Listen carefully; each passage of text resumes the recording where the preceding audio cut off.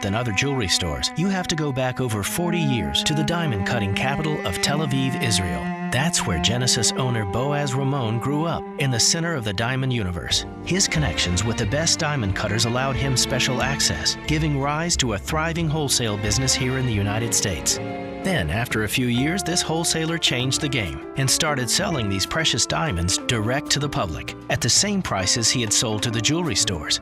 The no middleman concept became an instant success. Today, Genesis Diamonds provides that extraordinary value to people right here in Middle Tennessee, leading the industry with the highest quality diamonds that still come straight from the best cutters, offered at the guaranteed best price of any jewelry store in America. Genesis Diamonds, a truly revolutionary concept with a unique history rooted in quality, committed to excellence, and always focused on value. Genesis Diamonds and luxury pre-owned Rolexes at Poplar and Perkins Extended. Hey, Mid-South, I've got Marty McNay getting back to the past on these prices at Gossett Volkswagen Germantown. This is heavy, Doc. I mean, Randy. Let's go with 42 MPG Highway and a 2024 Volkswagen Jetta SE for $249 a month. Or take your pick from a 2024 Tiguan S or 2024 Taos SE for only $279.28 a month. Great Scott, McNate! You got it going on at Gossett Volkswagen Germantown on Winchester Road. Let me hit those deals again. 2024 Volkswagen Jetta SE, $249 a month, or take your pick. 2024 Tiguan S or Taos SE, $279.28 a month. Your future is whatever you make of it, Randy, so let us help you make your future down here at Gossett Volkswagen Germantown, 7420 Winchester Road, or shop online at GossettVWG.com. All 36-month lease, 7,500 miles per year, 20 cents excess mileage. Jetta number RMO 46526, MSRP 26,996. Tiguan RM 103,910, MSRP 31,363. Taos RM 11174, MSRP 31,414. Includes all credit and incentives. PF 695. Excludes DTNL. See dealer for complete details. With approved credit dealer stock only. Offer expires into the month. We are Sports 56, WHBQ Memphis, and W253DF Memphis, Flynn Broadcasting Stations. It's time to get up and get your day started. Morant. Oh! A jawbreaker! It's Sports 56 Mornings with Greg Gaston and Eli Savoy on Sports 56 and 98.5 FM. The first hour of Sports 56 Mornings is brought to you by the Big Green Egg. Now, here are your hosts, Greg and Eli. They get up every morning from the alarm clocks warning, take the 8:15 into the city. Welcome. Welcome into another week of Sports 56 Mornings. Hope you had a fantastic weekend. It's the Monday, May 13th, 2024 edition of the program. Greg Gaston, my producer extraordinaire, Zach Boyd. No Eli today. Eli will take off the next few days, get a little rest and relaxation. He'll return later on in the week. So it's Zach, myself, and you guys here on the program. We got 3 hours of scintillating sports talk to get to. And a lot to get to, as it was another busy weekend in the world of sports, locally, regionally, nationally. Weather-wise, could be iffy today. We're looking at 65 degrees currently, with a high temperature projected at 73. But there is a little rain this morning, a little misty rain out there right now.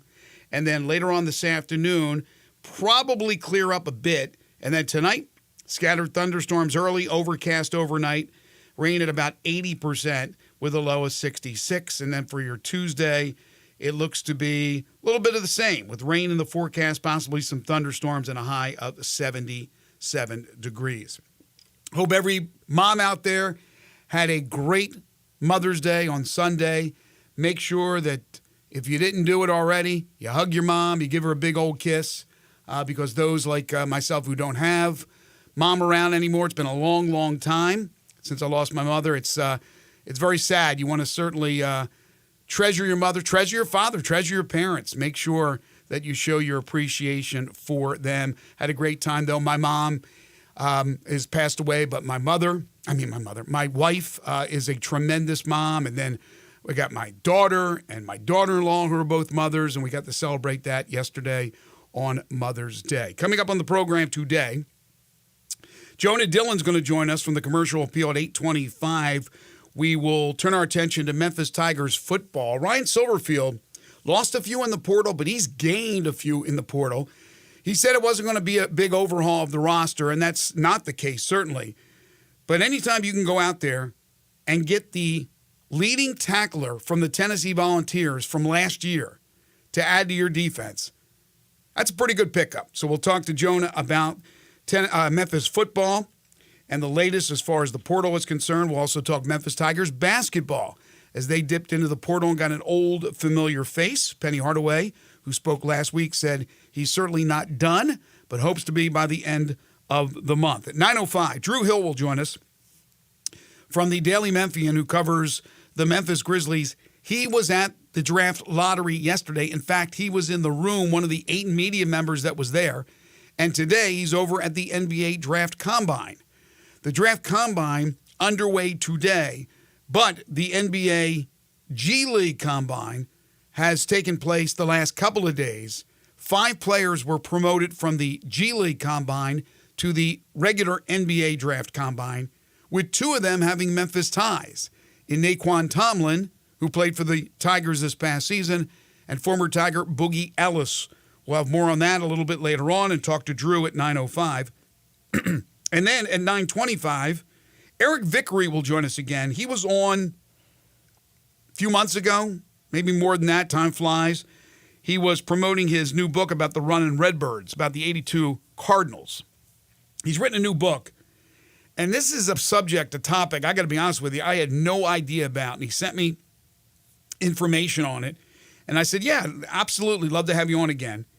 It's called The Season of Shattered Dreams. Way back, 1946, the Spokane Indians, minor league baseball team, had a tragic bus accident that killed 9. It's one of the largest as far as fatalities, sports tragedies in history. And the players that survived, the players that passed, make very interesting stories, and Eric has written about them, so we'll talk to him at about 9:25. We'll take your calls and your texts on the Sissy's Log Cabin listener lines at 901-360-8255. Obviously, we're talking draft lottery. Didn't work out the way we thought it might last week with our official, unofficial draft lottery where we had the Grizzlies picking 4th. Unfortunately, they dropped 2 spots. They'll pick 9th. We'll talk about that in a second. We'll talk about the possibilities. NBA playoffs motoring right along. Yesterday, Denver with the equalizer against Minnesota. Ditto for Indiana against the New York Knicks. We got golf news as Doug Barron, the Memphian, wins his first major on the Champions Tour. Congratulations to Doug. If my memory serves me correctly, Doug now becomes the 4th golfer from Memphis. Could be more that have won at least a major on the PGA Tour, on the PGA Tour Champions. You have Dr. Kerry Middlecoff, who won 3 majors on the PGA Tour, 1 Masters, 2 U.S. Opens. Sean McKeel, of course, who won the PGA Championship. Lauren Roberts, who won 4 on the Champions Tour and nearly won several on the PGA Tour, the boss of the Moss. And now Doug Barron comes through as he wins the region's tradition, the first major on the PGA Tour Champions, and that's what they call it, the PGA Tour Champions season. They got 4 more. They have 5 majors. So a great start for Doug, and that was down in Birmingham. We hope to have Doug on at some time, if not today, sometime earlier in the week, this week, before he gets ready for the rest of the season. Speaking of golf, PGA Championship coming up this week from Valhalla in Louisville. Steve Sands will join us from the Golf Channel on NBC to break that down at 9:30 tomorrow. But on the PGA Tour, Rory McIlroy looked great in winning in Charlotte, the Wells Fargo. He wins for the 4th time.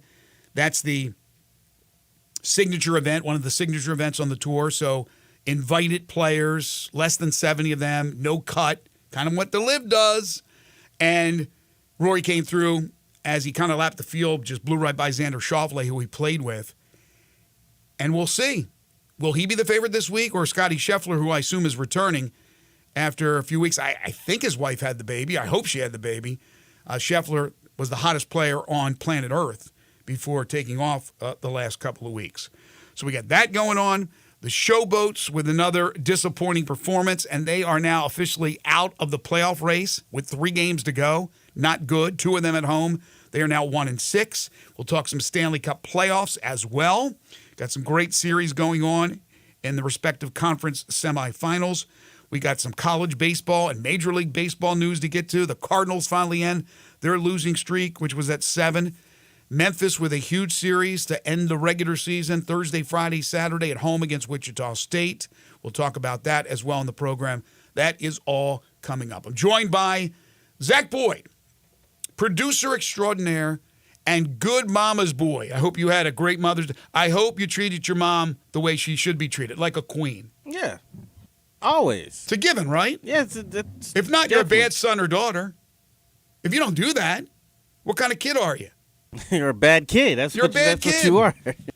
So did you do anything special? Did you go out? Did you stay at home? What did you do with mom? Yeah, no, we did a Mother's Day brunch at the house. I had my grandmothers, my aunts, cousins, whoever. They all came over. Just had a good time. You're a vegetarian, right? Yes. Okay, so you could pound the eggs. Yes, but I gotta be careful about that. More of a health thing? Yeah. Okay. But you had, I'm assuming, eggs? Yeah, eggs, waffles. Oh, yeah. Fruits. Pancakes, I guess you can go with too, right? Yeah, you could do pancakes. I think we're more of a waffle type of family. And then like if we wanted some food, like some pastas, so it was a pasta salad, some vegetables. Oh, you made it. So it was a brunch. Yeah, very nice. It was actually a little bit of a brunch, a little bit of like we don't drink alcohol, so we had like the Welch's Sparkle. Yeah, I know what you mean. Non-alcoholic, certainly. Yeah. So we made like some mimosas and stuff like that. Very nice. Non-alcoholic mimosas. There you go. Yeah. Good. Glad you had a great time. Glad she had a great time. We're going to get back to you in a second because we got to go back to last week and the official, unofficial NBA draft lottery, which didn't work out well. But we do have some breaking news from the NFL. Adam Schefter reporting that the first game of the 2024 NFL season will be that Thursday night opener. It will be the defending champion Chiefs and Lamar Jackson and the Baltimore Ravens. 8:20. I'm assuming that's Eastern time. It'll be on NBC and Peacock, the 2024 NFL season opener. They call it the NFL season kickoff. That'll be on Thursday, September 5th. All right, so the rough season for the Grizzlies continued into Sunday in Chicago, unfortunately. Grizzlies, who odds-wise finished with the 7th worst record in the NBA. So they would have the 7th, I guess, best chance to move up and to pick in the top 4. And they had a slim chance to drop down, but they dropped down. They had a 12.9% chance to drop to 9th. 12.9%. And they dropped to 9th. Then again, they could be the Detroit Pistons, who dropped from having the best odds to number 5. The Pistons seem to always have bad luck with the draft lottery. This is the 6th straight year that the team with the worst record did not win the draft lottery. So does it pay off to tank? Not necessarily. The Atlanta Hawks had a 3% chance to get the number 1 pick. 3%. 3. And they got the number 1 pick. Now, people are saying, oh, look at the Hawks. They get the number 1 pick when it's a bad draft. Here's a tip for everybody out there. Nobody has a clue if this is going to be a bad draft. We won't know until these guys have played in the NBA, not for a game or a week or a month, but more than likely several years before you can evaluate whether or not it's a good draft. Now, on paper, the so-called experts who do the evaluations, they look at that and they think, well, there might be a couple of guys, but more than likely it's a mediocre draft. They compare it to the draft where Anthony Bennett, remember when Anthony Bennett was picked number 1, Zach? And he was a flop? In that draft, Giannis Antetokounmpo, who was picked in the teens, what like 15, 16, somewhere in that neighborhood? Something around there. Rudy Gobert was in the 20s. There were gems in that draft. And that's the point I'm trying to make. There will be gems in this draft. You have to not only know your stuff, but you have to be lucky. You have to be lucky. And so that's where it is. It's a shame the Grizzlies didn't move up. They're going to pick ninth. Par for the course with this season doesn't mean that they can't get a great player. Also, does it bring a trade into play? Is it more likely that they deal from the 9? I don't know. But there are a lot of people with a lot of mock drafts, from Gavoni to draftnet.com to whatever. And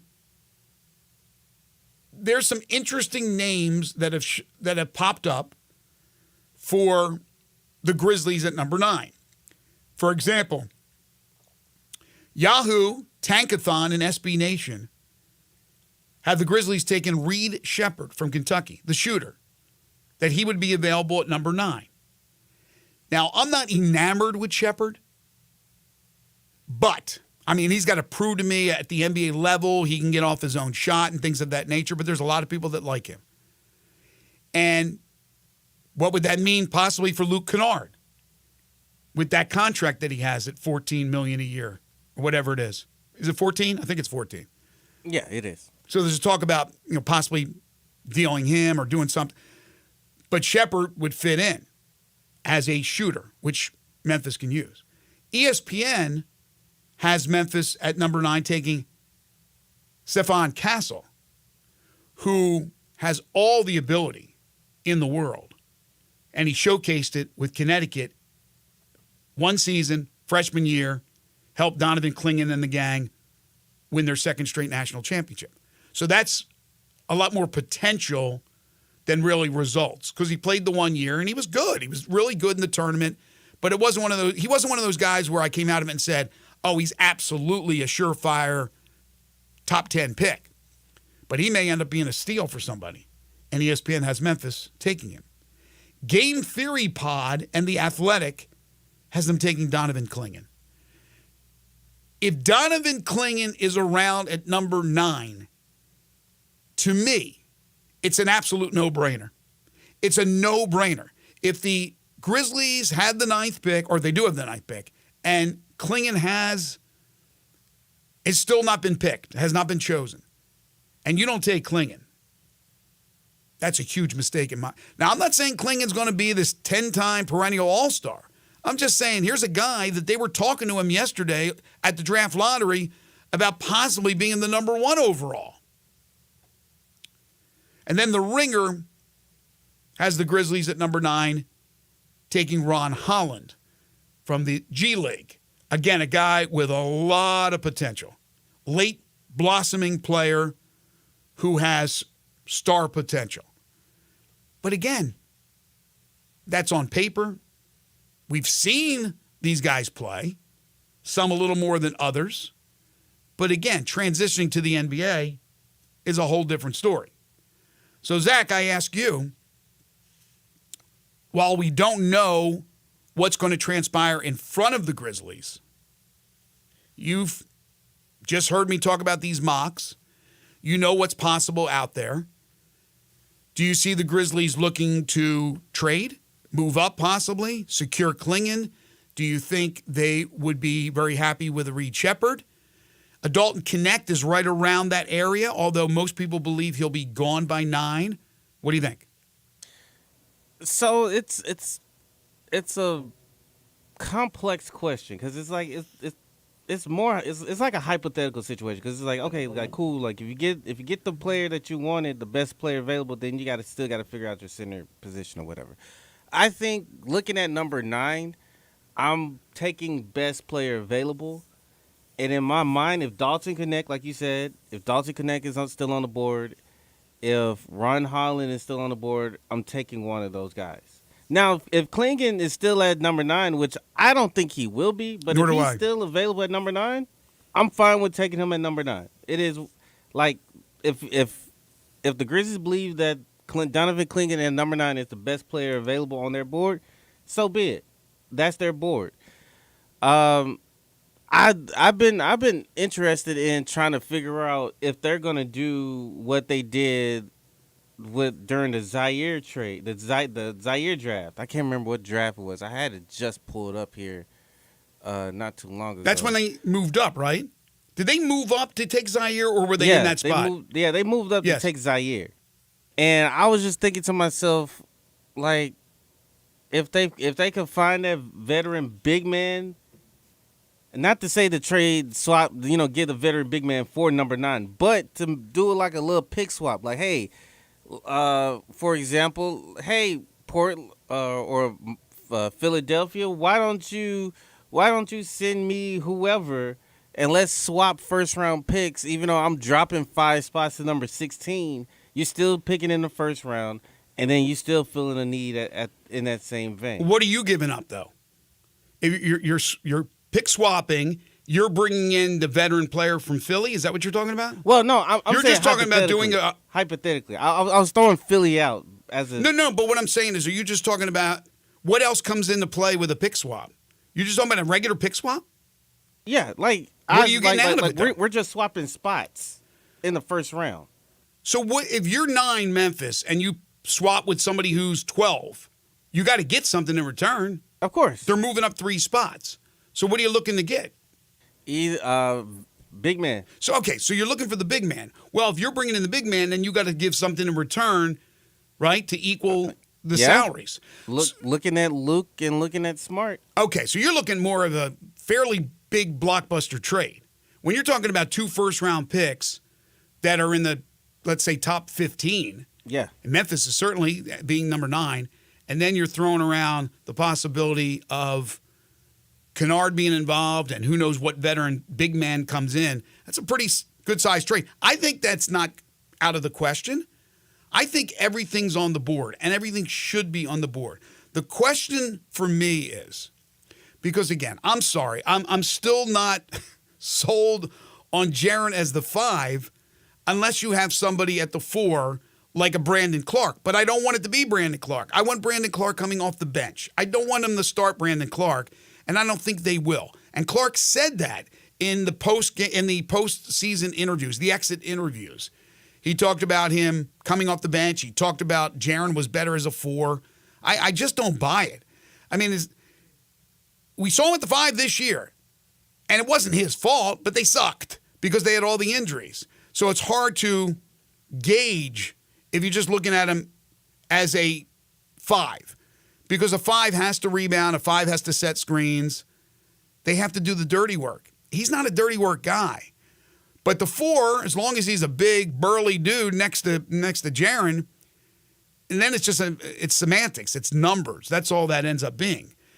So that's fine for me. Now the question is, if you got Klingon available at 9, while he has to make that adjustment to the NBA, he can be that guy.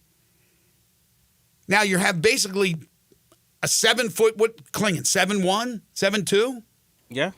And you got Jaren at 6'11"? That's a big front line. But Klingon can do the dirty work, and Jaren can do his thing. And whether you want to say he's a 5, he's a 4, whatever, that doesn't really matter. Because you got rebounding help, you got shot blocking help, Jaren block shots, Klingon set screens. That's fun.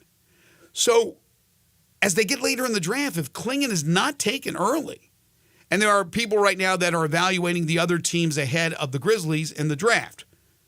Atlanta's number 1. You have Wizards number 2. The Rockets moved up from 9 to 3. The Spurs are 4. The Pistons are 5. Spurs got 2 first-round picks. Portland's got 2 first-round picks. People are looking at it and going, well, they have this center. They have that center. Doesn't always mean that they won't take another center and then make a deal. But if Klingon drops, that's when the Grizzlies, I think, need to move up and seize the moment and get Klingon. But if he's taken early, all bets are off. Now I think that scenario that you brought up comes into play. Now, do I believe that they should have, if they can get Klingon, should they still get a veteran big man? I wouldn't have a problem with that. But now we're getting into the numbers game. Not only salary, but roster positions. How many roster spots? They already have 15 guys, I think, under contract. That would include the first-round pick. You got 2 second-round picks in this draft. So there's a lot of things up in the air. We're going to talk to Drew about that. We're going to have all kinds of guests this week for the Grizzlies now that we know that they are picking number 9. But if you have any thoughts on that, folks, hit us up on the Sissy's Log Cabin listener lines. You can text in at 901-360-8255. Every opinion is worthy of a mention. I have faith in everyone's opinion. Some may differ. It doesn't matter because I think this is truly up in the air. The 9 pick, I don't like it. But again, Klingon falls in the 9. Shepard falls to 9. Holland might be there. Connect. On paper, you're still going to get a player that could be a very good player. Could be a very good player because we don't know. And we won't know for a long time. But yesterday, again, the craziness of the draft lottery, I like it. I like that it's weighted the way it is. It's unfortunate that Detroit, once again, did not get the number 1 pick. It's fortunate for Atlanta that they can move up from 10 to 1 with a 3% chance.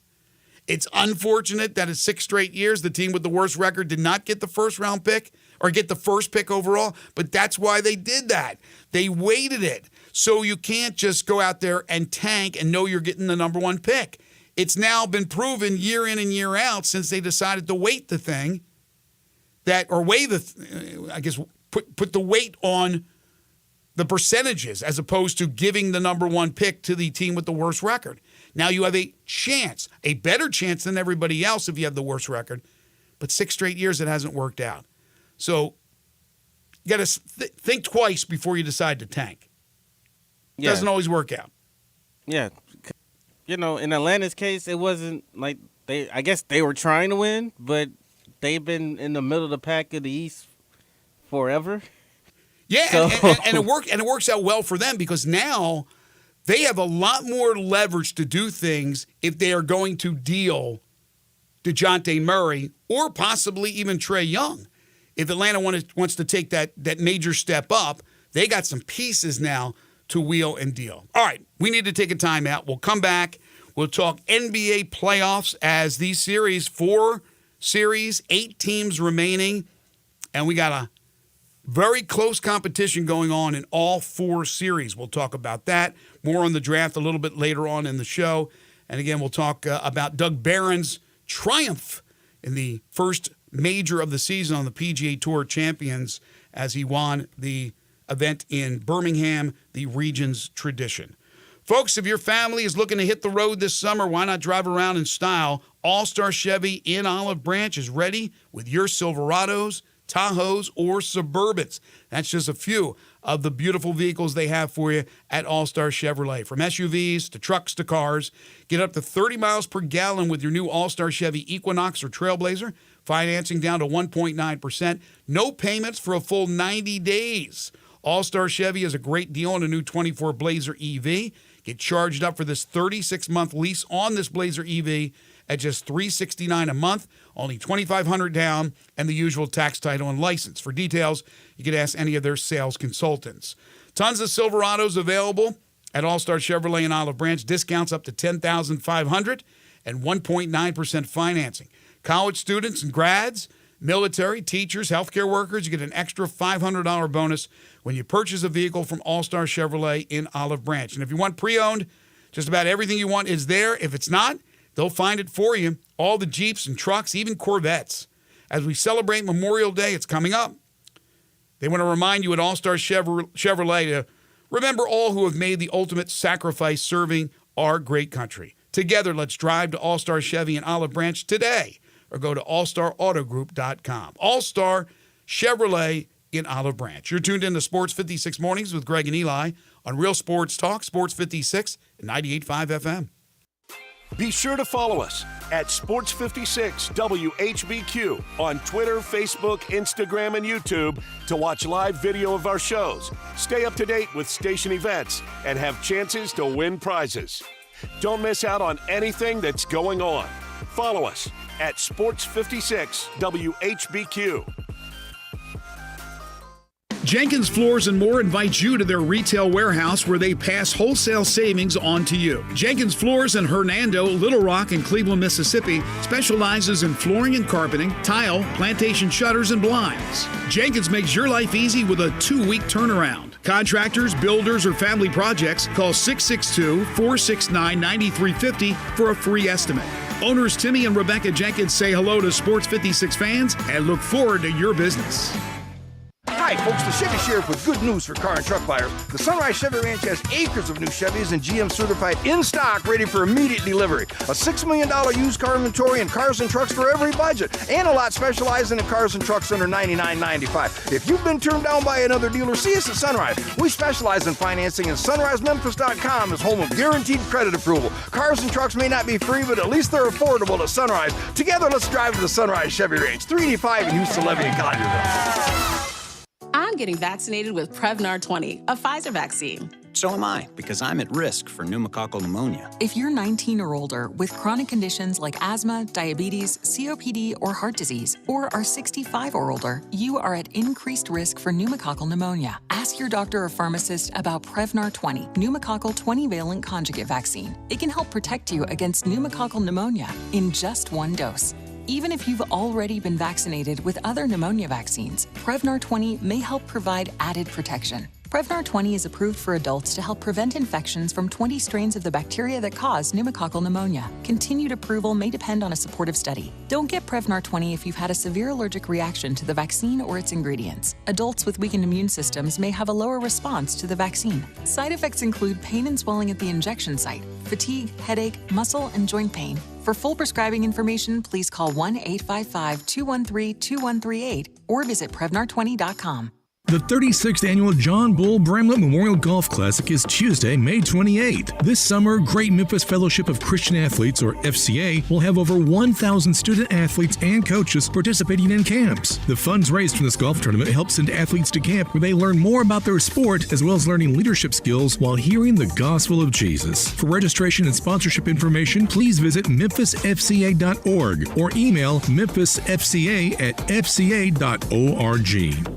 Ole Miss Rebel Yell is back. The Rebel Yell Hotline Radio Show is back on WHBQ Sports 56 and 98.5 FM. Every Monday night at 6, hear the latest news on your Ole Miss Rebels with Yancey Porter with 24/7 Sports, former Ole Miss defensive tackle Mike Fitzsimmons, Gordon Ford covering SEC Sports Call, and former Ole Miss baseball announcer Gary Darby. From kickoff to free throw to extra innings, your Ole Miss sports on the Rebel Yell Hotline Show right here Monday night at 6 on Sports 56, 560 AM and 98.5 FM. Your Mid-South Sports Station.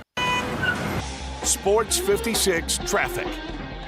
Good morning. Moving better than it was. 40 westbound over past Austin P from an earlier crash. Now it's heavy out here now, where you would expect. 240 east at times here up by Poplar. Traffic's on the increase with some volume on 40 westbound from Germantown Parkway all the way to Sycamore View Road. Still looks good up to South Haven on 55 going northbound. 24/7 reliable crane and rigging services right here in the Memphis area. Tomahawk Crane and Rigging. I'm Commander Chuck with your on-time traffic.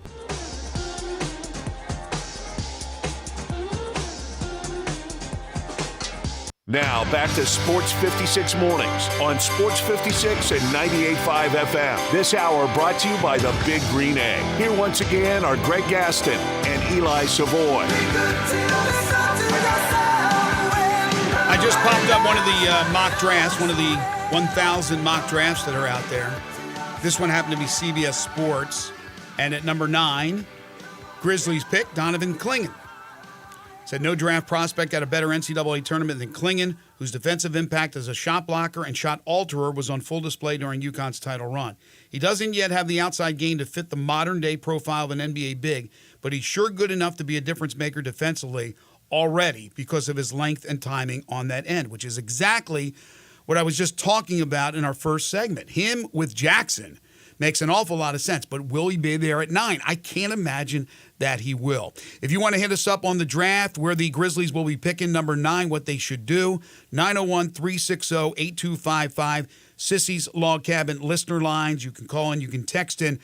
You got a text that you want to read, Zach, from Mac, and I think he hit it out of the ballpark. I think this is right on. Yeah, Mac texted in on the Sissy's Log Cabin listener lines, yeah. He said, I don't I don't like when people say that this is a weak draft. There are no weak drafts, only weak GMs. Kobe went 13th, Tony Parker and Manu Ginobili went late, and they're Hall of Famers. Yeah, and we just talked about the draft where Anthony Bennett was picked 1, Giannis went in the teens, Gobert went in the 20s. I don't think there's any question. It's a cop-out to just say this is a weak draft. We don't know. We don't know. Now, 3-4 years from now, if all these guys are duds, well, then we could say it was a horrible draft. But we could turn around and say it was a great draft. 3 of those guys are perennial all-stars already and, destined for the Hall of Fame. It's way too early to judge. But that's what people do. It's conversation topics. But the general managers and people around the NBA, the scouts, and anybody associated with an organization, they're not looking at it that way. They're looking at finding the best possible player to help their organization.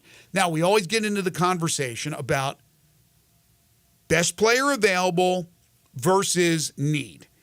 And I've said this for as long as I've been in broadcasting, which has been since the 1920s. No, seriously, if a player is that much better with potential than the others, then it's a no-brainer. If you have a LeBron James, I don't care if you have 8 players that play his position, you're going to take a LeBron James. Nobody believes there is a LeBron James in this draft. So therefore, I think need comes into play much more in this particular draft than possibly in others. So to me, Alex Sarr makes perfect sense for Atlanta. Capella is a good defensive big man, but he's not huge.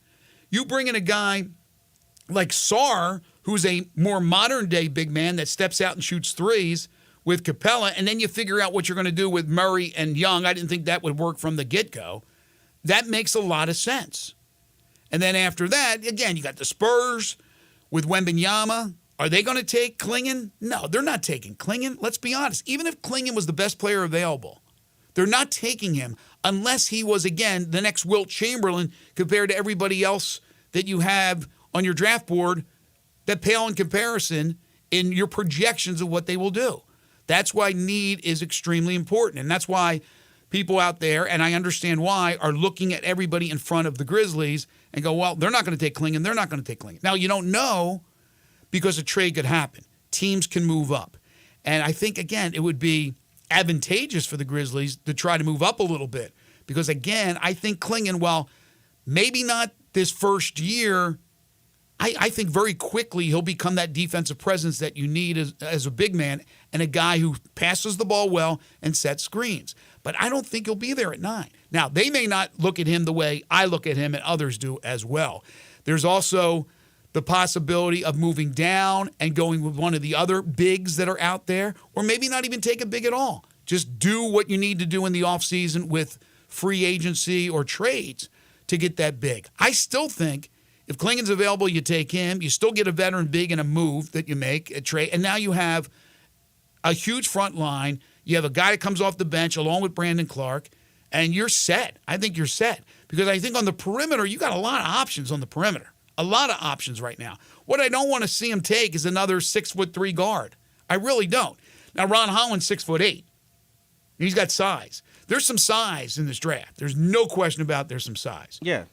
I'm not against taking a wing like at number 9 because again like a wing with size, right? You're not talking about a 6'3" wing, right? But then also you look at contract wise, like you got Gigi and Vince sewn up for the future.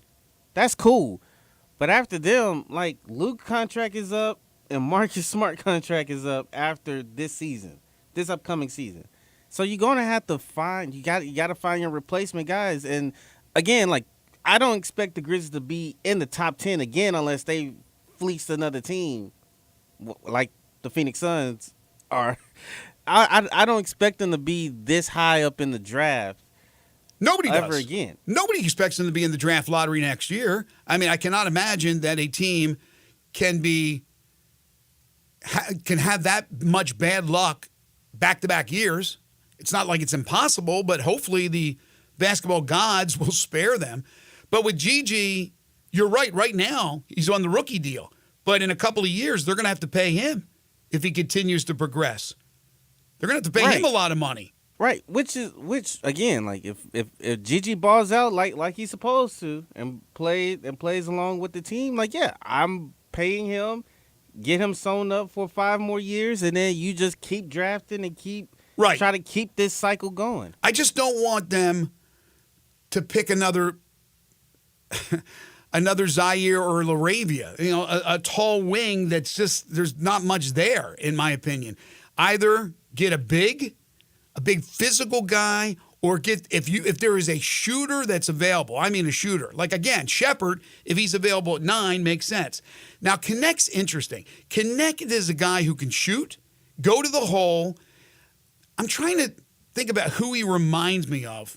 But just the way he can finish with his size, I like him a lot. If he was there at 9, I would have no problem taking him. I think he'll go a little bit earlier. I don't know what they think. Nobody knows what the Grizzlies front office thinks. They're very quiet. They're very mum. They keep it close, close to the vest. But maybe Drew, being out there with the folks in Chicago, who will join us at 9:05, will have a little bit more insight on that. Adrian Wojnarowski reporting just a few moments ago, ESPN sources with Draft Express, in the aftermath of his cardiac arrest and a procedure to repair a congenital heart defect, 9 months ago, the NBA's fitness to play panel has medically cleared USC's Bronny James to be drafted and to play in the league. Well, first of all, congratulations to Bronny. I'm glad that they've given him the green light, because that's the most important thing with this young man, his health. Right? That's a scary situation for LeBron, his wife, and that family when they heard that news. So good news there. Number 2, I'm getting closer to winning my lunch bet with Eli, because there is no doubt in my mind that Bronny James is getting selected. And it doesn't even matter. Even if he doesn't get selected, he'll be brought in. He will be on the Lakers. He will be playing in the NBA with LeBron. It's going to happen. It's absolutely going to happen. I'm going to win my bet. I'm very happy about that. So we'll see where that turns out. All right, NBA playoffs. Oh, baby. Were people quick to bury the Denver Nuggets? But I wasn't. I don't care. They lose 2 at home. Minnesota has them on the ropes. And Denver goes to Minnesota and wins twice. 117-90 on Friday. Jokic, 24, 14 rebounds, 9 assists. Murray at 24. And then Sunday they win 115-107. Jokic at 35. Aaron Gordon was fantastic. And this offset Anthony Edwards, the stud, went for 44 points. Not enough, because Karl Anthony Towns struggled with his shot. Gobert wasn't that good. Even the conductor wasn't that good, Mike Conley. And now it's 2-2, best of 3. Denver has regained home court advantage, and Minnesota is now on the skids. What'd you think about that, Zach? Did you think when Minnesota went to Denver and won twice that it was done? No, but I had a feeling that if Minnesota would have won one of their home games, I was like, yeah, this series is going to be over with. And that's what Eli had said. Yeah. Because I asked him, I put him on the spot on Friday, is this series over? And he said, well, if it gets to 3-1, it is. Yeah. Well, it's 2-2 now. So is it over the other way? Yes. So Minnesota is done. They're cooked in your opinion. In my mind, Minnesota is. What happened? Nuggets happened. Nuggets happened. I think Minnesota's style of play is very chaotic, and it forced the Nuggets having to change their approach. But over time, I guess throughout the game, throughout the 48 minutes, 40 whatever minutes of the game, like you could just see like the offensive execution down the stretch the Nuggets have. It's just it's so much better than the Timberwolves. Not to say that the Timberwolves couldn't execute, but you saw a champion. Yeah. That's what you saw. You saw a true champion that lost those first 2 somehow, some way. Also, we've talked about how good the Minnesota bench has been, and Denver not a real deep team. Denver's bench, outscored Minnesota's bench yesterday 27-13. So they basically doubled them up. And as I mentioned, it was a struggle early on for Karl Anthony Towns. He missed his first 7 shots. He ended up 5 of 18. Gobert did have 14 rebounds, but not enough. Where you have Jokic going for 35, you have 27 from Gordon with 6 assists, 7 rebounds, 2 blocks, 1 steal. He was fantastic. His best game by far in the postseason. And that's even with Michael Porter doing nothing. 4 points in 35 minutes. You got 19 from Murray. And again, that series now even at 2. And the other one in the West, Game 4 tonight in Dallas. On Saturday, it was the Mavericks beating Oklahoma City 105-101. Once again, stepping up P.J. Washington, 27 points. I said it during the season before the trade deadline when they went out and got Gafford in Washington. These were moves that Denver had to make to secure a more, I would say more from the defensive side, more potent front line, but especially with a guy like Washington can score the ball. You don't need much from them when you have Doncic and Irving. But PJ has really contributed, and now Oklahoma City is frustrated. Holmgren is certainly frustrated. This series is far from over. I had picked Dallas to win. I figured this one's going to be a 6 or 7 game series. But Washington's 27 points. Irving and Doncic each with 22. Doncic has 15 rebounds. And then you look at Oklahoma City. Shea did his thing at 31 points, 10 rebounds, and 6 assists. But they held Holmgren to 13 points. And that's what I said previewing this series coming in. Those guys, Lively, Gafford, and Washington, can do a pretty good job on Holmgren. And, Jalen Williams will get his points, and Shea's going to get his. But if you keep Holmgren from dominating, getting offensive rebounds, getting putbacks and things of that nature, you're going to have a great chance to win. And that's exactly what they did. Series is far from over, but I like where Dallas is. Yeah. And Dallas have the weapons to slow down, like you said, OKC, because they got the bigs for it, and that was always the big question with the Thunder in my mind. It's like it's not the talent, it's more the roster construction. Like you got Chet as the only 7-footer on this team. Like you could go small with. I think they got Muscala, don't they? Yeah, they got Muscala. But they don't. He's 7 foot, but they don't play him. They don't play him, and that's the issue because you're gonna run up on teams that's going to have multiple bigs that can do just about, right, if not more, than Chet can. And Dallas didn't have that before the trade deadline. So I give their management a lot of credit for going out and doing what they needed to do. All right, when we come back, we'll take a look at the 2 from the Eastern Conference, including the Knicks being tied up yesterday by the Indiana Pacers in a game that never was competitive. Town Village Audubon Park, senior living in today's world, offering more options to fit your needs more than ever before. They are dedicated to the long-term satisfaction and the quality of life for their residents. All they ask is that you're 55 years of age or older. They're located at 950 Cherry Road, just off Park Avenue. You can call them, set up a tour, 901-537-0002, or go online to townvillageaudubonpark.com. Independent living, short-term respite stay available, monthly options as well. Great event schedule with activities galore, all the modern amenities you want for your loved one, everything you need to continue to enjoy life to its fullest.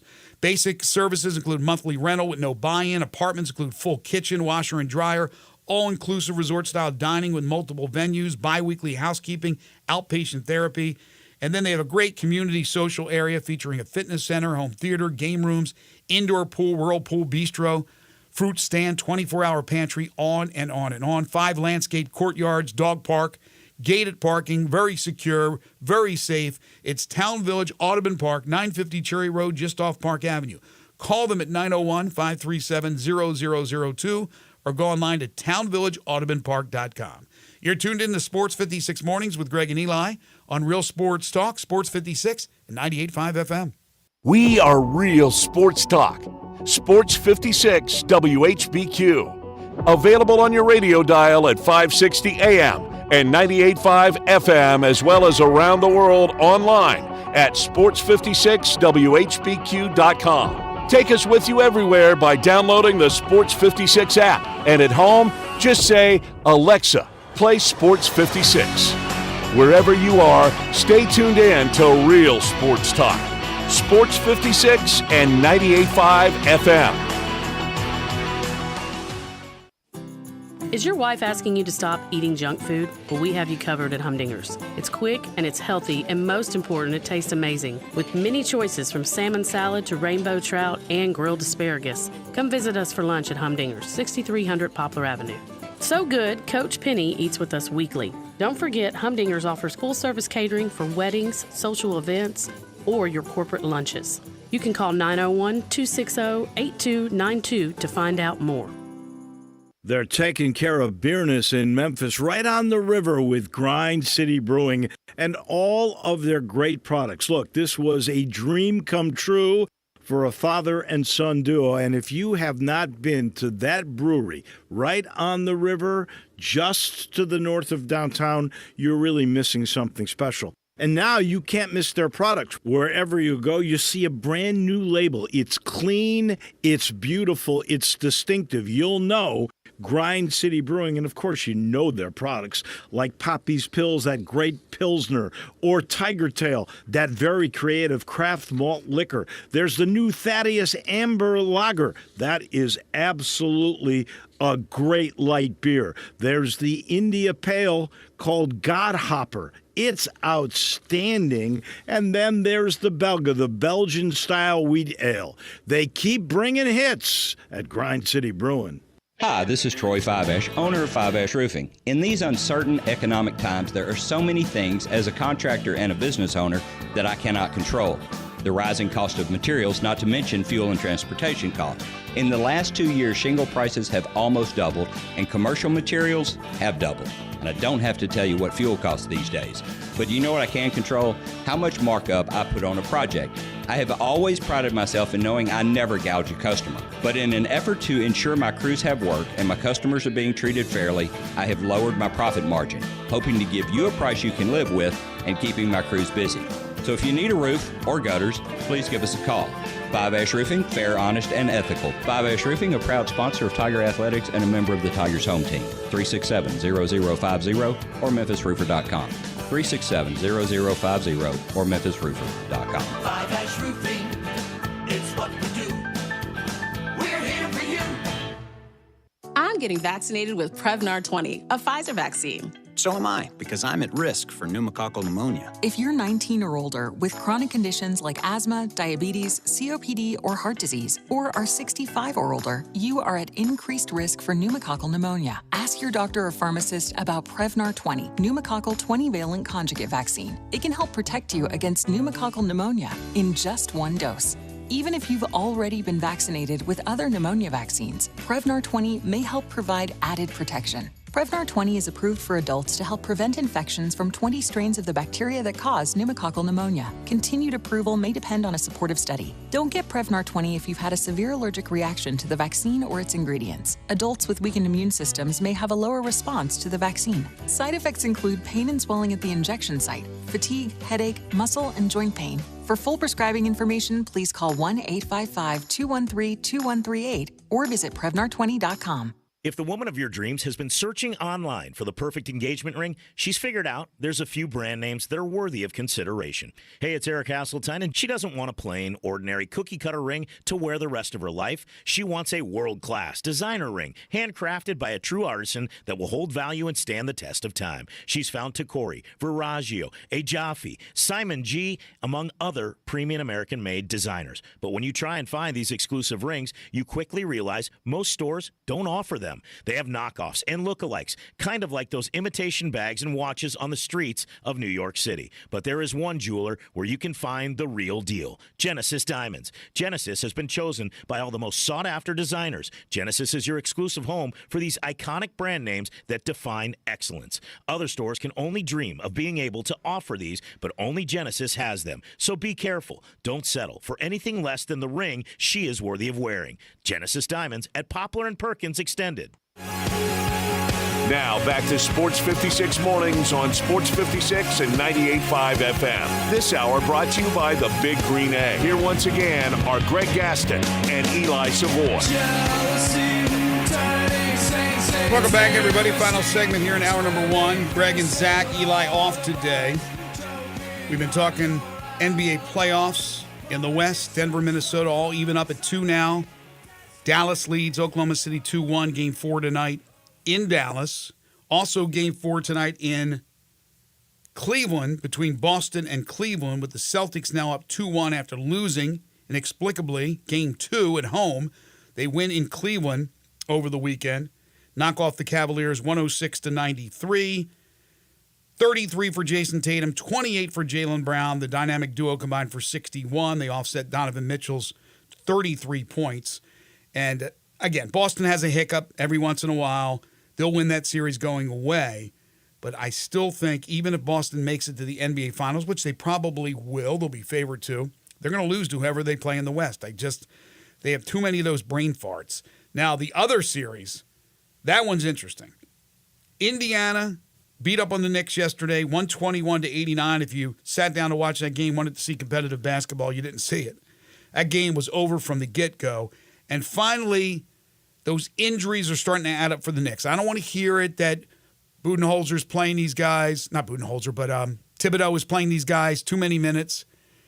Because when you don't have Bogdanovich to begin with, obviously Randall's out. You don't have OG Anunoby. That was the one when you lost OG, and hopefully, and they're not sure about Game 5, but hopefully he'll be back in this series. The Knicks need him. You're running out of players, for goodness sakes.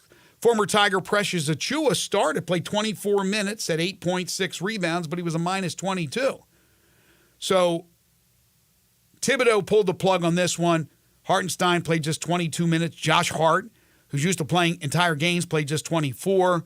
Brunson 31 and DiVincenzo 32 again before they waved the white flag. But this one was over early for Indiana. They got good, solid contributions from all their starters, and then their bench was spectacular. 57 points from their bench. TJ McConnell.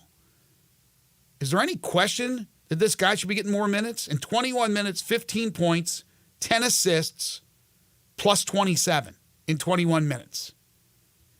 And Carlisle's been criticized for not using him as much. Then again, Nembhard is the guy that he's used more than McConnell, and Nembhard on Friday hit that crazy 3 to help Indiana hold off the Knicks 111-106. That game, Halliburton at 35, Siakam at 26, but it was the Nembhard 3. Did you see that one, Zach? The step back 3? Yeah, it was the desperation hot potato. Here, throw it. No, you take it. And then he chucks it. Yeah, that was, yeah. Who knows? He doesn't make that shot. Maybe the Knicks win the game. Maybe they don't. But that was a tough one to swallow for New York as Nembhard hit that step back, and then it parlays rather into Sunday where they're burnt. They are tired. Now they'll try to figure it out. They go back to New York, to the Garden tomorrow night, tied at 2. Yeah. And like the Nuggets, you got home court back. So if you just take care of the home court, you're moving on to the Eastern Conference. Eastern Conference Finals. But again, the Knicks are on fumes. Can they find it again? I mean, I think the enthusiasm of that crowd on Tuesday will probably carry them over. I think they're a little better than Indiana, but this one looks like it's destined for 7. And as I said, the Boston-Cleveland series, that will resume tonight with Boston up 2-1. If you missed the news from over the weekend, it's official with Budenholzer, 4-year deal with the Phoenix Suns to try to get that ship righted with the stars, Kevin Durant, Bradley Beal, and Devin Booker, to see what they can do with a proven head coach like Mike Budenholzer. All right, when we come back, the NBA Draft Combine underway. The G League Elite Camp took place over the last couple of days. 5 players were elevated, were invited from the G League Elite Camp and their performance to the NBA Draft Combine. 2 of them with Memphis connections. We'll talk about that when we return. We'll talk about Doug Barron's triumph on the Champions Tour, the PGA Tour champions, to be exact. And then an unfortunate, once again, disappointing performance by the Memphis Showboats in the UFL as they got beaten up by a team that went in 0-6 into their game on Saturday. That's all coming up. Plus, Jonah Dillon will join us from the Commercial Appeal at 8:25. This is Sports 56 Mornings with Greg and Eli on Real Sports Talk, Sports 56 and 98.5 FM.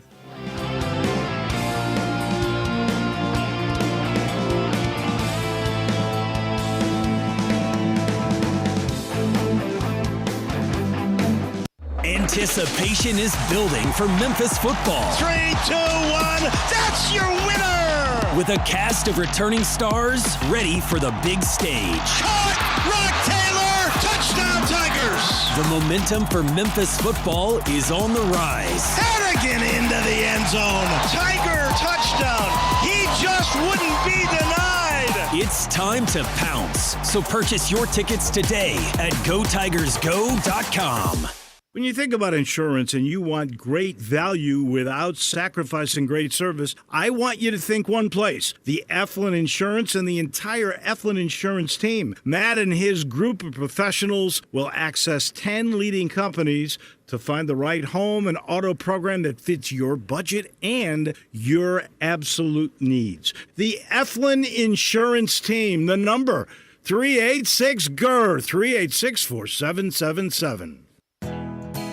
Nestled in the heart of East Memphis, located corner of Park and Cherry, is a beautiful residential neighborhood. I'm here at Town Village Audubon Park interviewing a new resident, Carolyn. Share with us why you chose Town Village. Well, if your parents or special friends need to make that big move, let me share with you my experience. It was tough for me to leave home, but then I discovered Town Village. I would like to highly recommend Town Village to you and your loved ones. After looking at all the amenities and meeting all the people and staff, I was hooked. From restaurant, bistro, 3 meals per day, housekeeping, transportation, security, health care, physical therapy, exercise room, and even a heated pool and spa. Come see us and make your new home at Town Village. Visit us and call Daniel at Town Village Audubon Park at 901-374-7342. There's no place like home, Town Village. Hey, Mid-South, I've got Marty McNate getting back to the past on these prices at Gossett Volkswagen Germantown. This is heavy, Doc. I mean, Randy. Let's go with 42 MPG Highway and a 2024 Volkswagen Jetta SE for $249 a month. Or take your pick from a 2024 Tiguan S or 2024 Taos SE for only $279.28 a month. Great Scott, McNate! You got it going on at Gossett Volkswagen Germantown on Winchester Road. Let me hit those deals again. 2024 Volkswagen Jetta SE, $249 a month, or take your pick. 2024 Tiguan S or Taos SE, $279.28 a month. Your future is whatever you make of it, Randy, so let us help you make your future down here at Gossett Volkswagen Germantown, 7420 Winchester Road, or shop online at GossettVWG.com. All 36-month lease, 7,500 miles per year, 20 cents excess mileage. Jetta number RMO 46526, MSRP 26,996. Tiguan RM 103,910, MSRP 31,363. Taos RM 000,174, MSRP 31,414. Includes all credit and incentives. PF 695. Excludes DTNL. See dealer for complete details. With approved credit dealer stock only. Offer expires into the month. Brian Elder's Roofing Solutions. It's silly season in the life of your roof. I'm Brian Elder, 867-0303. The weather can be unpredictable, and I'm ready to get more life out of your roof with our award-winning Owens Corning repair team. We're the repair guys the other repair guys call when they can't find the problem. Leaks become black mold when ignored. That's why when you call me, I start my inspection in the attic. Is it time for a beautiful new roof? 867-0303. I'll measure your roof from outer space and get you an estimate right over the phone. The best warranty in the business, including a warranty against ice dams. The only roofer in Memphis to offer a warranty against water intrusion due to snow buildup. Ask about military and first responder discounts. 901-867-0303 or BrianElderRoofing.com. Call 867-0303. Brian Elder's Roofing Solutions. This traffic report brought to you by Appliance Liquidators with low prices and top-notch customer service. Appliance Liquidators, 3320 Goodman Road East in South Haven. Sports 56 traffic. Good morning. Still a little bit heavy coming in right now on 40 westbound in from Fayette County into Shelby County, passing Canada Road, Chambers Chapel on 40 westbound all the way up to Sycamore View Road. It's starting to get a little bit heavier just in the last few minutes on 240 east over here at Poplar. Still not too bad on Bill Morris Parkway as you work your way inbound towards 240. Hey, 24/7 reliable crane and rigging services right here in the Memphis area. Make it tomahawkcrane.com. Check it all out today. I'm Commander Chuck with your on-time traffic.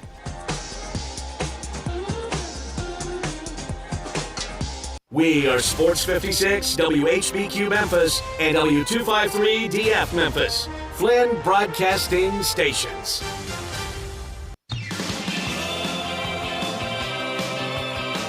Now, back to Sports 56 Mornings. Isn't it a lovely morning? On Sports 56 and 98.5 FM. This hour brought to you by James Gaddis Jewelers. Here once again, Greg Gaston and Eli Savoy.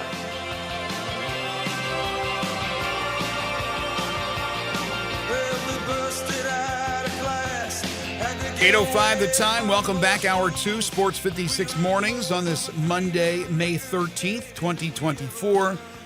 Greg Gaston and Zach Boyd, Eli off the next few days. Broadcasting live from the Family Leisure Studios. Family Leisure, where family and fun come together. Factory direct pricing continues during their spring sale on swimming pools, spas, patio furniture, and so much more. 2120 Whitten Road, just north of I-40. That is Family Leisure. Currently, it is 65 degrees. It will get up to 71, but it's raining harder as I looked out the windows here during the break at the Flynn Broadcasting compound. So it could be raining hard where you are, maybe a little bit lighter, but that's what they expect this morning. Rain and lots of it. And then it will clear for a little bit in the afternoon, and then the rain comes back tonight with a low of 65, scattered thunderstorms, and that chance of rain at 80% tomorrow. A little bit of sun, a little bit of clouds, a little bit of rain. 59% for your chance, 77 for your high, 62 for your low. That's your outlook on weather. Hour 2 of the program brought to you by James Gaddis Jewelers, your family's jeweler at 4900 Poplar between Mendenhall and St. Nick, and on the web at gaddisjewelers.com. I hope, we talked about this to open the show, Mother's Day, that you treated mom right on Mother's Day. And you should treat mom right every single day, but specifically and especially on Mother's Day, and perhaps you were one of the many who purchased a fine piece of jewelry from James Gaddis Jewelers for Mother's Day, but also for graduations, for birthdays, for anniversaries, for Christmas presents, anytime is a good time to stop by, see what they have to offer at James Gaddis Jewelers. They are your bridal, engagement, and anniversary jeweler headquarters. And every Monday and Friday, they bring you the Memphis Sports Fact. Did you know University of Memphis Tigers baseball slugger Jacob Compton clubbed his 14th home run of the season yesterday in a Tigers victory in Birmingham against UAB. That's the most home runs in a season by a Tiger since Hunter Goodman's 21 bombs in 2021. Again, James Gaddis Jewelers, 4900 Poplar between Mendenhall and St. Nick, and on the web at gaddisjewelers.com. Speaking of Goodman, Hunter did hit a home run on Saturday for the Colorado Rockies. The problem has been the off-speed pitch. And Hunter, not the off-speed pitch, the breaking pitch. Hunter has struggled with that.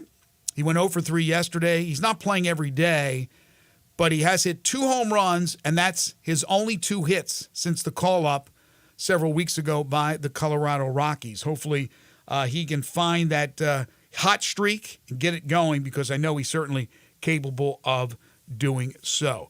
All right, so the G League Elite Camp took place the last few days in Chicago, and now you have the NBA Draft Combine that starts today. Drew Hill from the Commercial Appeal is scheduled to join us at 9:05 from the NBA Draft Combine. So 2 players with ties to Memphis, both playing in the G League Elite Camp, played so well that they are 2 of the 5 that were elevated and got invitations now into the Combine.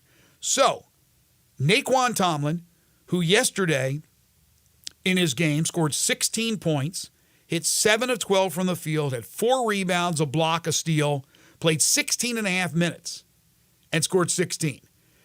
There's no question in my mind that Naquan Tomlin has a chance to make an NBA roster. I said it while he was playing. I'll say it again. So he doesn't get the camp the Combine invite right away, but he gets it after the G League Elite Camp performance. So congratulations to the former Tiger, Naquan Tomlin, who played this past season. And then there's a former Tiger who played several years ago, Boogie Ellis, who went on to play at USC. Boogie put together a real nice couple of days as well. On Saturday, he had a 23-point game, 4 assists, 4 rebounds, playing with Naquan Tomlin. And Boogie Ellis gets the invite as well. So you couple that with David Jones, who's there in Chicago. A current Tiger somewhat. We don't know yet with David Jones. A Tiger who played this past season in Naquan Tomlin, and a Tiger from several years ago, all part of the NBA Draft Combine. So congratulations to all of those guys. That's fantastic news. Speaking of Tigers basketball, Ashton Hardaway announcing yesterday on social media that he will play with St. Mary's. 1 year with the Tigers, playing for his father, hit the transfer portal, and will end up a gal out at St. Mary's on the West Coast. You figured that somehow, some way, he was going to head back to that area of the country, and that is the case with Ashton. Certainly wish him well. If you didn't hear this news, I'm sure you have. It's official with Moussa Cisse. He's returning to the Memphis Tigers. We'll have more on that a little bit later on in the show. But Moussa, the 7-footer, 7-foot, 230-pounder, who played down the road at Ole Miss this past season, played for Memphis in the 2020-21 season, went to Oklahoma State for a couple of years, then to Ole Miss, and now back to Memphis. He averaged 6.6 points and 6.3 rebounds per game in his lone season with Memphis. What does Moussa bring to the table?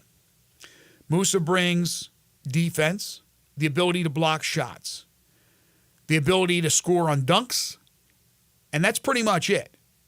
He is not going to be a guy who's stepping out and shooting threes, but he's a guy who could play physical. And he's had a lot of accolades for his defensive play. There is no question that Penny Hardaway was not happy at all, and he should not have been, with the defensive play of his team this past season. And he has done something about it, as a number of the players that he has brought in are defensive-oriented. So there is absolutely a rhyme and a reason for what he is doing. And when you look at the centers that they have, or the bigs that they have, Dane Danger, a guy who is real physical, has offensive skills, can get up and down the court, can play down low in the paint, but has a little bit of range. Cisse, I just talked about that. He's a dunk guy, maybe a putback guy. He's not a shooter. And then Jourdain, who is going to be playing, according to Penny Hardaway, outside on the perimeter a lot, as opposed to in the paint where he played a lot this past season, because he has the ability to stroke it. In fact, he hit the three-point shot, I think, over 40%, if I'm not mistaken. So that's what you got. Will you get another? I think there's still another to come as far as a big. I think there's a couple players still for Penny. He has now 4 scholarships open. Doesn't mean he'll have to use them all. But I think that was one we all saw coming. Although at one point when Cisse was visiting Oklahoma State again, the possible return to Oklahoma State, and people thought maybe he was going to Stillwater, and understandably so. I thought he was. And then he came out and said, not so fast, my friends. NIL is a thing that certainly can turn around the fortunes of teams and can hurt others. It is what it is, and I'm sure that played a factor in that. But there you go. That's some transactions with Memphis basketball. And then you had Memphis football. And we'll talk to Jonah Dillon about that in a few minutes. Ryan Silverfield said he wasn't going to make many moves, and he hasn't made a lot of moves, but he's made an impact once again through the portal.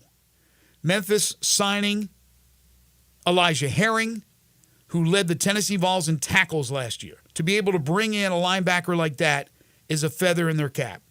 They also got a defensive back. I told you they were going to try to find a defensive back. Now they had to dip into the NAIA area Kaiser University, never heard of it. I've had a Kaiser bun. Kaiser University. He started at Tennessee Tech. His name is Trey Lubin. He is a defensive back, and he is committed to Memphis. And then just yesterday, another defensive end, Javon Dennis from Georgia State, has committed to Memphis. So Memphis lost 3 or 4. They brought in 5, I think it is. And pretty much what Ryan Silverfield said. He said, we'll lose a few, we'll gain a few. That's the world we live in right now. But Memphis is very excited about being able to fill some of those holes and to get these type of players to help with what will, hopefully for them, be a banner season in 2024. Imagine a few years ago, you were just hoping and wishing that you could land a player who has played college basketball or college football in the SEC or in the Big Ten or in the Big 12 and wanting to come to play at Memphis. That was like a few years ago. A couple of years ago, to be honest with you.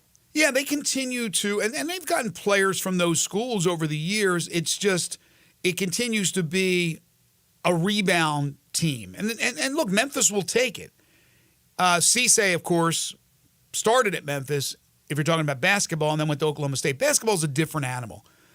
Penny Hardaway can get guys that have Kentucky and Duke and North Carolina on their list and have Memphis on their list and beat out those schools. He can do it. Football doesn't happen. It's very rare. But it doesn't matter if it's their second go-around, if they have 1 year left, if they have several years left like Mario Anderson does, to get a running back from South Carolina, to get a linebacker from Tennessee. And again, quality players. We're not talking about walk-on guys that never played. The scene has shifted. The NIL money, which has been a struggle for Memphis football, not that it won't continue to be to some degree, has been rectified certainly in some situations by what FedEx has done. Memphis is now a legitimate player to get some of these guys. I was talking to a coach of a mid-major basketball program. I won't tell you the program, I won't tell you the name, but the coach. I will pull this up on my phone to just get the quote exactly right. And by the way, Doug Barron just texted me, and we're going to have Doug on later on in the week. Looking forward to that. He said, Memphis FedEx NIL money is the talk of the college hoops world. How about that? You can't beat it, man. I mean, that deal and what they're trying to do is what they created NIL for. Now, not everybody is going down that avenue. And it's okay right now because there's really no restrictions and everything is crazy out there. But the model with FedEx is one that other schools around the country are looking at and going, yeah, that makes an awful lot of sense. And like my friend said, who's a coach, that they are the talk of the college hoops world. But it's certainly affecting football as well.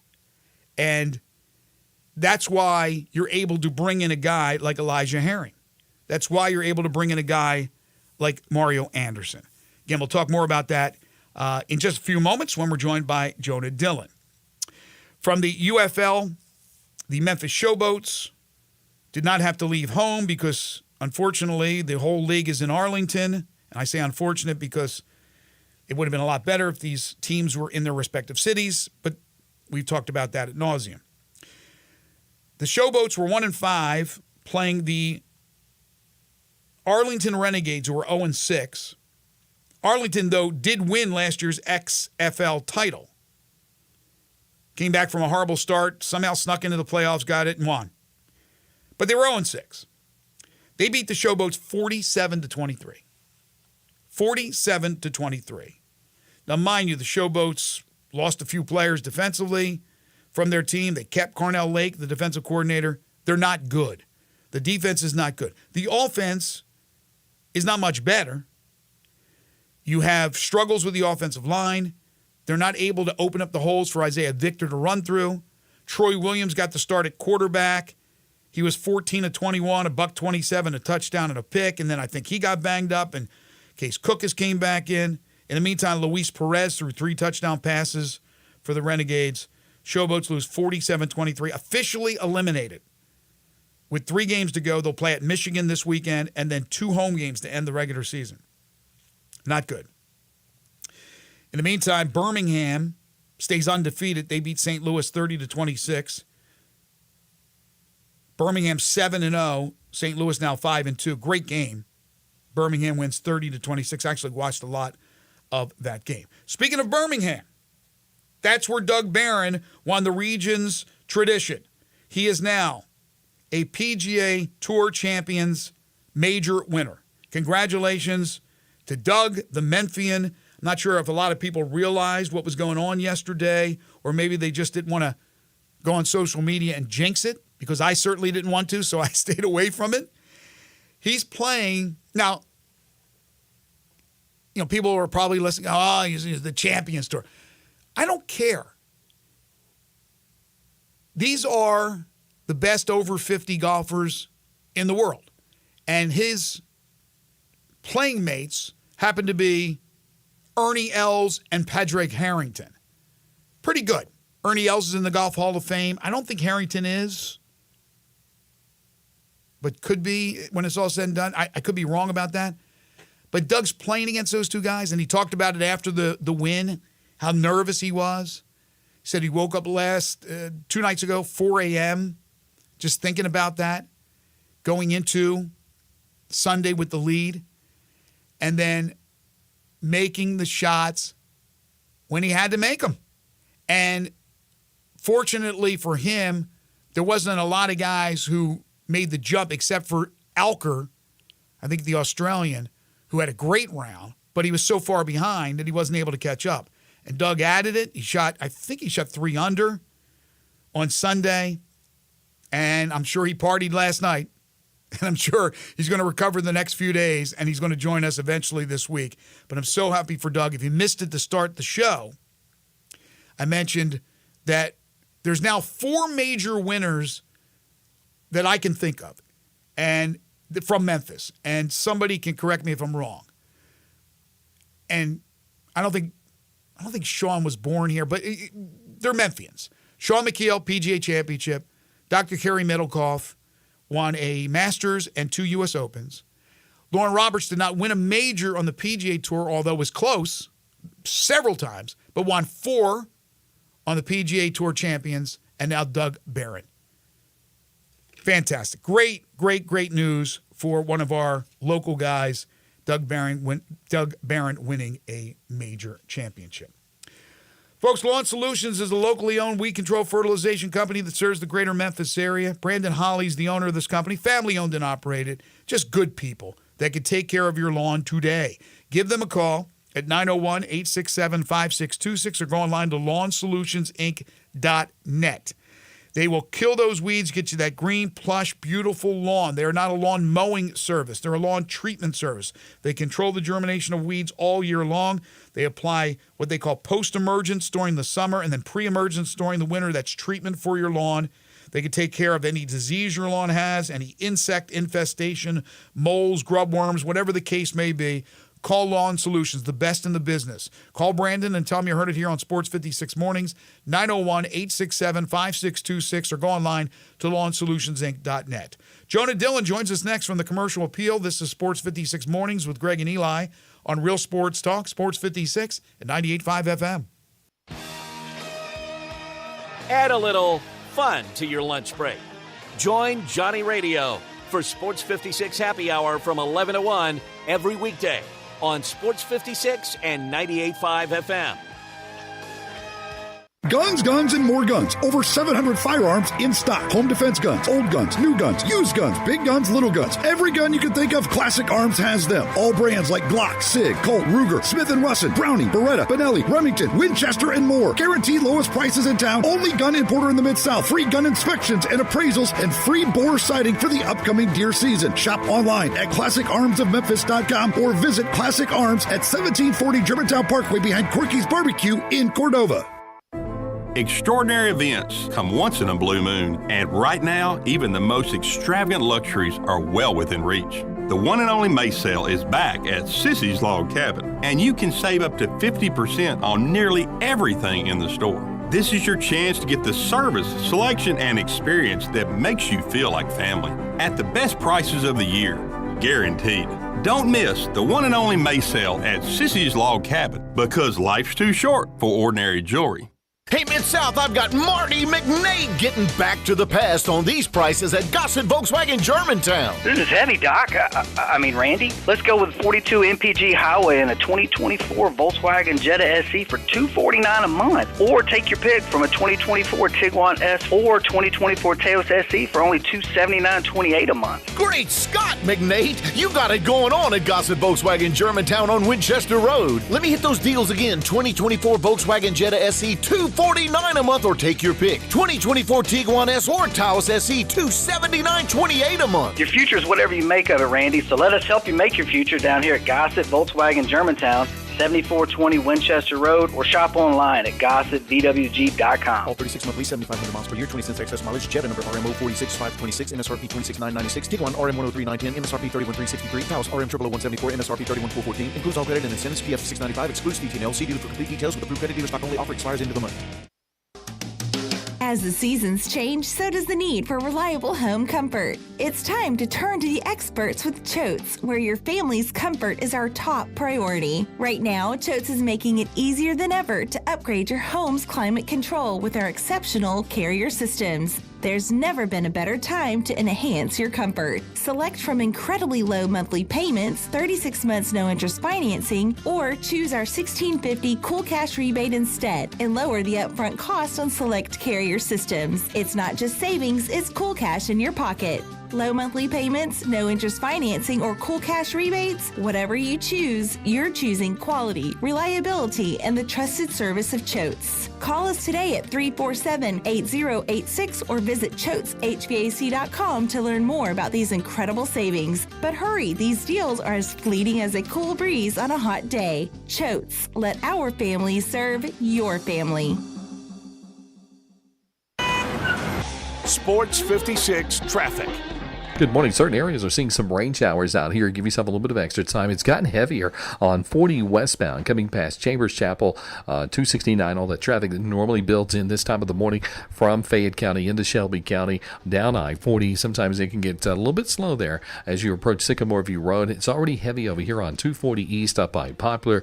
It's building also on Bill Morris Parkway with more volume just in the last 5 minutes or so westbound on Bill Morris where it connects with 240. Hey, 24/7 reliable crane and rigging services right here in Memphis. Tomahawk Crane and Rigging at tomahawkcrane.com. I'm Commander Chuck with your on-time traffic. Now back to Sports 56 Mornings on Sports 56 and 98.5 FM. This hour is brought to you by James Gaddis Jewelers. Genuine diamonds, baby. Here once again, Greg Gaston and Eli Savoy. Doug Barron just hit me up. He said he hasn't gotten much sleep. He's going to join us 8:25 on Wednesday to talk about his first major victory. By the way, tomorrow we're loaded with guests, including Steve Sands, as I mentioned, from the Golf Channel on NBC. He'll join us from Valhalla, which will be the PGA Championship this week, the site of the PGA Championship in Louisville, Kentucky. Also, UFC fighter Danny Barlow will join us in studio tomorrow. Looking forward to that. Right now, I'm looking forward to talking once again to our good friend Jonah Dillon, who covers Memphis Tigers football. He's their beat writer for the Commercial Appeal, but he does so much else, including a lot of work with the Grizzlies. You can follow him on Twitter at the Jonah Dillon, and he joins us now on Sports 56 Mornings. Hey, Jonah, how are you? Pretty good. How about you? I'm good. Never a dull moment. I was talking just a few moments ago about Tiger football and Ryan Silverfield. And I would imagine that they're the beneficiaries, as are other sports programs at the University of Memphis, of this FedEx NIL gift, because to go out and to be able to get some of the players that they've been able to get, and to get a guy like Elijah Herring from the University of Tennessee, I don't know if they get him without that kind of NIL money. I can't tell you that they pulled back the Brinks truck to unload on him. I don't know. I don't have any of that information, but I imagine it can't hurt to have that affiliation now and to have that NIL set up with FedEx. No, definitely not. I mean, I think we're already seeing the kind of fruits of that, and I think it actually goes back to some of the guys that chose to stay after last season. That's something that Ryan Silverfield has talked about a lot just in the past couple of weeks. Retention, right? Retention is a huge word. It's kind of a new word in college football, because after the end of every season now, you're basically having to go back through your roster and try to make sure you can keep players, especially at a place that's, a group of 5 program. And Memphis had a good amount of players last year who did go in the portal, and then there were a lot of guys who probably could have gone in the portal and gone to a Power 5 school if they wanted to. And so you need to kind of re-recruit those players. And that's why, the FedEx money is going to be big for that. And then it's going to help recruiting. I think we're going to really see how that pays off. Going into next year, we look at some of the guys, some of the high school players that Memphis is after, and it kind of makes you turn your head. And I think some of those, there's realistic options out there that are guys that are at a certain caliber that maybe you wouldn't have expected to see before. And then you see what they've done in the transfer portal so far just in the past kind of week and a half. And there's been some guys that, like I said, it make you turn your head. And I think it's definitely no coincidence that this is happening now after this FedEx deal. And I think it's going to continue going forward. Yeah, along those lines, Memphis has been able, especially in recent years, to get guys on the rebound. Maybe it didn't work out at a power school for whatever reason. Maybe they were hurt. Maybe it was academics. Whatever the case may be, they've been able to get some of those players to come to Memphis. Now they're able to get players because of what they can offer. Mario Anderson, and don't think for a second that wasn't a factor too, because this has been in the works for a while, to get a running back of his caliber who played at South Carolina, to be able to bring him in. Certainly that shows the effects of what NIL can do. But now, with what you were just alluding to, do you believe that some of these kids coming out of high school, as opposed to, I'm going to definitely go to Mississippi State, or I'm definitely going to Arkansas, I got an offer from Memphis. I like their program. I like what they do with maybe position fill in the blank. And now I get NIL money, which I like, that they can nail some of those guys down, that they can beat out some of those power schools. Yeah, I think absolutely. I think you're already, we'll see it as this goes forward and we see what 2025 looks like. This is the time. Obviously, there's guys in the portal, but we knew that there wasn't going to be a huge roster kind of reload because there's so many guys that are already set. So I think this is the time they're going to start to focus on high school recruiting. And the other part of it, which goes into FedEx, is this has been kind of an incredible marketing thing for the whole program and for the school. I mean, we know that football is a big part of this FedEx deal. Obviously, it affects a lot of different programs. But you saw the 4 different players in that initial announcement from FedEx. And going back to Mario Anderson, again, no coincidence. Mario Anderson was the only transfer across any of the programs that were represented in that initial announcement. And so that's a big deal. And I think now you're seeing, again, the caliber that they're going after. They're after a quarterback, Antoine Hill Jr., who's a 4-star quarterback by ESPN. He's ranked the number 3 quarterback in the country. And this is a real situation where he's strongly considering Memphis. That doesn't mean he's going to come here. But the fact that Memphis is on a level to go after somebody like that and have a legitimate shot at it just shows the kind of profile has been raised and the ability to go after players like that. And we'll see how that kind of develops. I'm sure there will be more guys that are in that kind of vein moving forward. Jonah Dillon joining us on the Sissy's Log Cabin guest lines. Isn't there also one of his offensive linemen that's associated with him that's also looking at Memphis?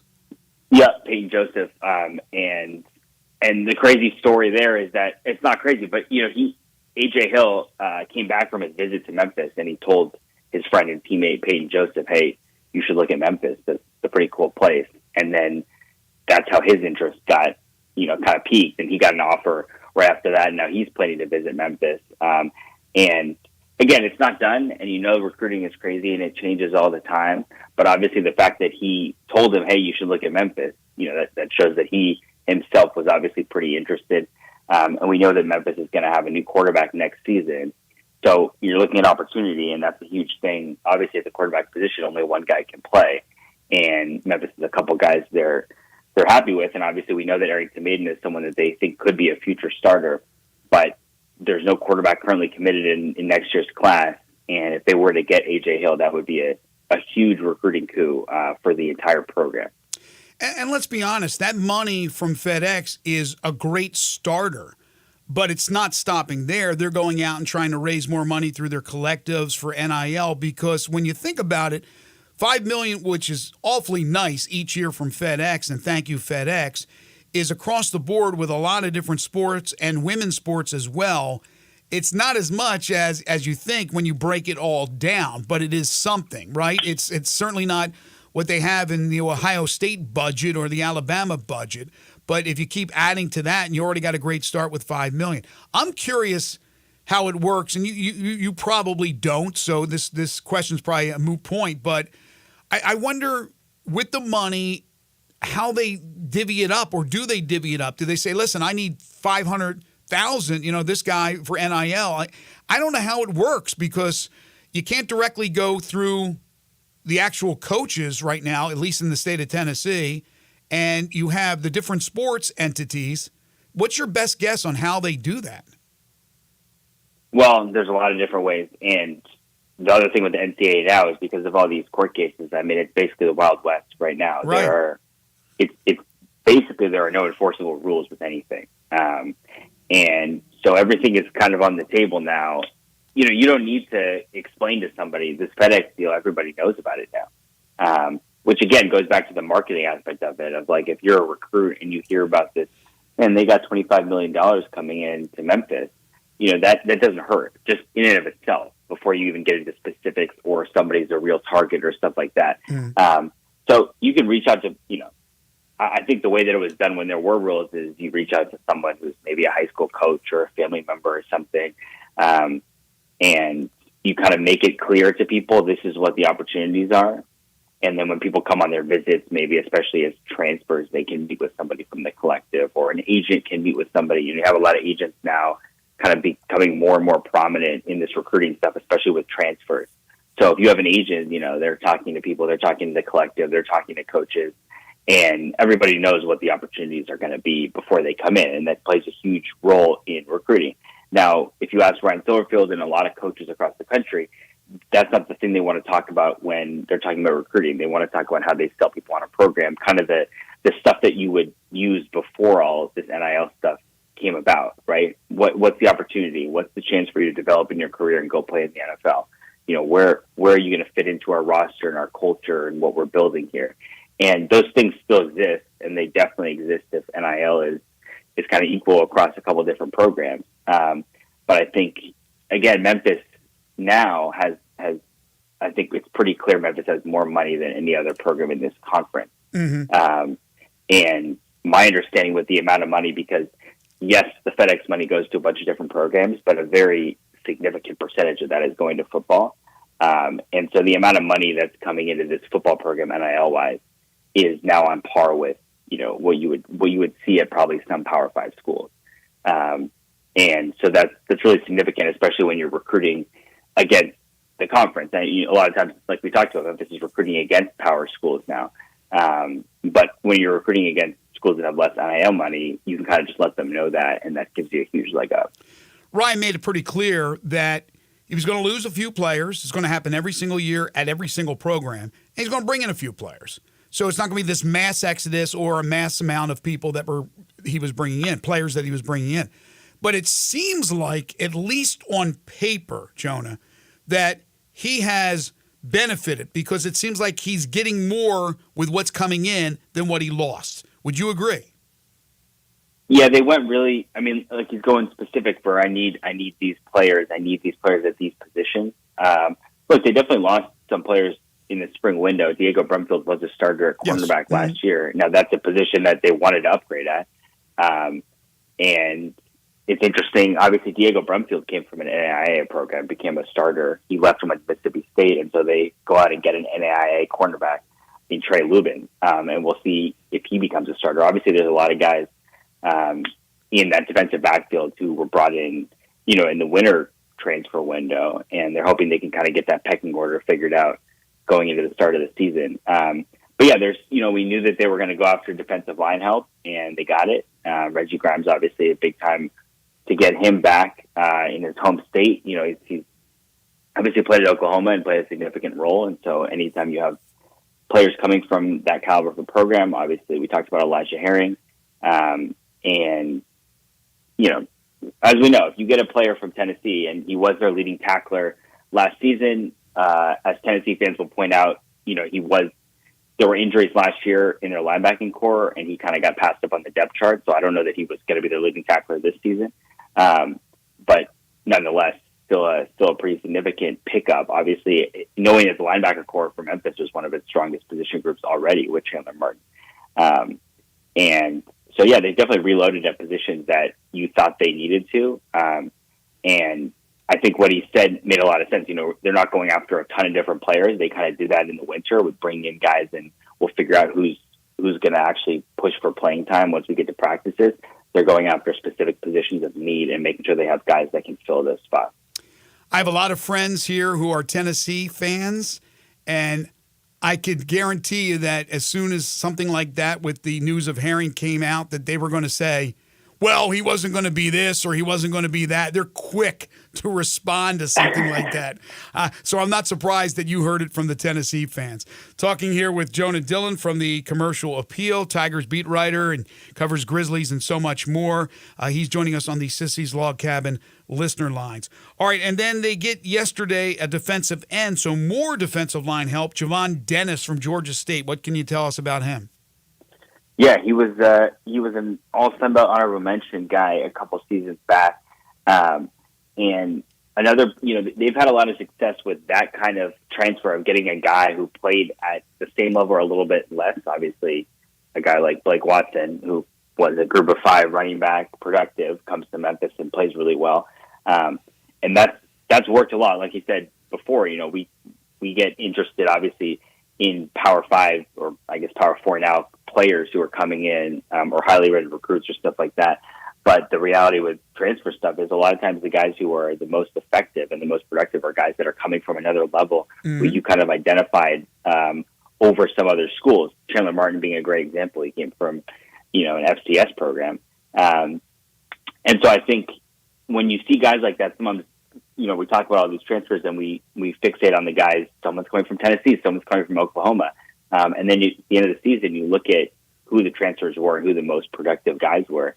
And it was the players who came from places that you would consider maybe like lower level schools because they're hungry. Those are the guys that are hungry. Yeah. Those are the guys that are hungry. And those are the guys that you identified as this guy has talent to play at another level. And maybe a, power conference school isn't looking at those guys because they think they can go after guys that are already playing at a higher level. And that's what you have to do. And again, we saw it last year. Diego Brumfield, NAIA, Chandler Martin, FCS. Those are the kind of players that ended up being huge pieces for Memphis. And so when we go through all these players recruiting wise, somebody like that who came from a program, that you might consider lower, which Georgia State is a pretty good program. But that's, something to watch. And obviously defensive line is a position where there's going to be a lot of new players. And so he could definitely factor in there. And they got the UMass running back, who I think is also a kick returner, which will help on special teams if that's the way Ryan Silverfield wants to use him. Yeah, I would expect him to play on special teams. Obviously, we know that, like we've talked about Mario Anderson, we talk about him every time we talk about Tigers football, and understandably so. He's going to be a huge player for this team this season. And so, I would expect him to be the top running back. But Greg DeRozier Jr., who's the UMass running back, obviously could play a change of pace. We know Sutton Smith is still in that room. We know Brandon Thomas is still in that room. And they like Makari Bodiford, who's a true freshman, who scored a touchdown in the spring game. And so that's another room where there's a lot of guys that are already there.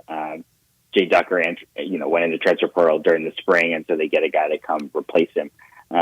And we'll see. Obviously, like you said, I think he could play a pretty significant role on special teams. All right, two more things before we let you go away from Tigers football. Want to get your thoughts on these two things. One is the search for the new athletics director at the University of Memphis. Have you heard any more on that? No, I mean, I think we heard at the time, Bill Hargrave, the president of University of Memphis, came out and I think he said weeks, in the coming weeks, we expect something. And so I think we knew that it would take time, just like Missouri's did. Missouri's took a lot of time. Sure did. Because, Laird Veatch seemed to be a candidate right off the bat when that opening happened. And then a lot of time went by and then suddenly it was like, oh yeah, they're hiring Laird Veatch. And so I think it makes sense. They hired a search firm. They weren't going to do anything that was snap decisions. And I think they're working through that process.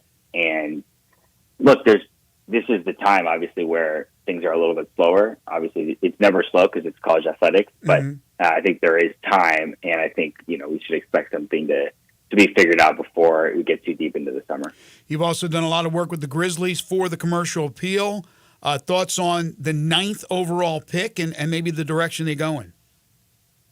Yeah, I think it's just weird because of the way people talk about this draft, as before the lottery, even saying like GM's kind of being like, I don't want the number 1 pick, because if you don't know who the top guy is and then you get it wrong, it's much harder to get it right when it's not an obvious pick. You get it wrong, then you're going to get fired. Obviously, the Grizzlies, you never want to have a lower pick, but I think still having a top 10 pick, still having the opportunity to trade it, I think it's harder when you have like a situation like that. A lot of those trades that you might have available to you, they kind of come together on draft night, especially with a draft board that's unpredictable. It means that you want to wait and see how the board is coming together. And so I don't know, they talked about trading the pick. Obviously, that's going to be an option up until the time they make the pick, but who knows, that opportunity might not come about until they're on the clock. And so I think there's a lot of options that they could go, and it might have to come down to the moment of, hey, you're on the clock. Do you want to make this trade and go after this player, or do you want to see who's available? Okay, you wanted to make sure this guy was going to be there at 9, and now he's here. And so they could do that. So I think it's going to be very unpredictable pretty much the whole draft. All right, my friend, great stuff as always from the commercial appeal. He's Jonah Dillon. You can follow him on Twitter at the Jonah Dillon. Talk to you soon, Jonah. Thank you. All right. Thanks for having me. Take care. Corky's Ribs and Barbecue. You can dine in, carry out, go through that no-contact drive-through delivery or no-contact drive-through, or have Corky's delivered to your home or office through any of the services like DoorDash and others that do that kind of thing. Also, if you have something coming up, you want it catered, Corky's can do that. They're experts in catering. They have done it since they've been in existence, which is basically 4 decades. So ask them, inquire about their catering services, that delicious slow-smoked barbecue, nothing like Corky's Ribs and Barbecue. They got lunch specials every day, party packs that start at just $7.49. You can add a third of a rack of ribs for $6.99 when you purchase an entree, barbecue sandwich, maybe their award-winning catfish plate, or any entree. They're located at Poplar Avenue in Memphis, Poplar Avenue in Collierville, Germantown Parkway in Cordova, and Goodman Road in Olive Branch. And with graduations taking place now, you want a little graduation lunch or dinner, Corky's, you can have, they can reserve the private party room for you. All you have to do is inquire about that and ask for a particular date and time. And if they have that open, they'll give that to you. Cordova and Olive Branch are the two of the 4 restaurants that they have that have a private party room. So think about that for an upcoming event like a graduation, family reunion, birthday party, anniversary. It's Corky's Ribs and Barbecue, open for lunch and dinner 7 days a week. You're tuned in to Sports 56 Mornings with Greg and Eli on Real Sports Talk, Sports 56 and 98.5 FM. You already know you can listen to Sports 56 anywhere with the Sports 56 app or at sports56whbq.com. But you can also watch us daily with live video of all of our shows on Twitter, Facebook, YouTube, and Twitch. Hot wings. What's your favorite flavor?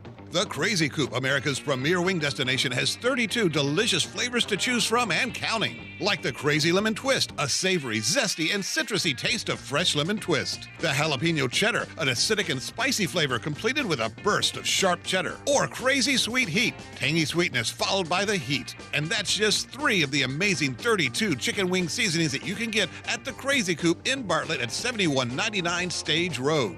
Some like it hot. How about the Crazy Sweet Lemon Pepper Hot or Crazy Suicide? Can't take the heat? Get the 4-cheese roasted garlic or barbecue bacon bourbon. Ask about the Crazy Coop Special. Choose from 3 whole wings or 6 party wings, fries, and drink, all for just $9.99. Now those are some crazy good prices. The Crazy Coop, 7199 Highway 64 between Appling and Kirby Whitten. Family owned and operated, The Crazy Coop, America's premier wing destination. Hi, this is Troy Fiveash, owner of Fiveash Roofing. In these uncertain economic times, there are so many things as a contractor and a business owner that I cannot control. The rising cost of materials, not to mention fuel and transportation costs. In the last 2 years, shingle prices have almost doubled and commercial materials have doubled. And I don't have to tell you what fuel costs these days. But you know what I can control? How much markup I put on a project. I have always prided myself in knowing I never gouge a customer. But in an effort to ensure my crews have work and my customers are being treated fairly, I have lowered my profit margin, hoping to give you a price you can live with and keeping my crews busy. So if you need a roof or gutters, please give us a call. Fiveash Roofing, fair, honest, and ethical. Fiveash Roofing, a proud sponsor of Tiger Athletics and a member of the Tigers home team. 367-0050 or memphisroofer.com. 367-0050 or memphisroofer.com. Fiveash Roofing, it's what we do. We're here for you. Hey, Mid-South, I've got Marty McNade getting back to the past on these prices at Gossett Volkswagen Germantown. This is heavy, Doc. I mean, Randy. Let's go with 42 MPG Highway and a 2024 Volkswagen Jetta SE for $249 a month. Or take your pick from a 2024 Tiguan S or 2024 Taos SE for only $279.28 a month. Great Scott, McNade! You got it going on at Gossett Volkswagen Germantown on Winchester Road. Let me hit those deals again. 2024 Volkswagen Jetta SE, $249 a month, or take your pick. 2024 Tiguan S or Taos SE, $279.28 a month. Your future is whatever you make of it, Randy, so let us help you make your future down here at Gossett Volkswagen Germantown, 7420 Winchester Road, or shop online at GossettVWG.com. All 36-month lease, 7,500 miles per year, 20 cents excess mileage. Jetta number RMO 46526, MSRP 26,996. Tiguan RM 103,910, MSRP 31,363. Taos RM 11174, MSRP 31,414. Includes all credit and incentives. PF 695. Excludes DTNL. See dealer for complete details. With approved credit dealer stock only. Offer expires into the month.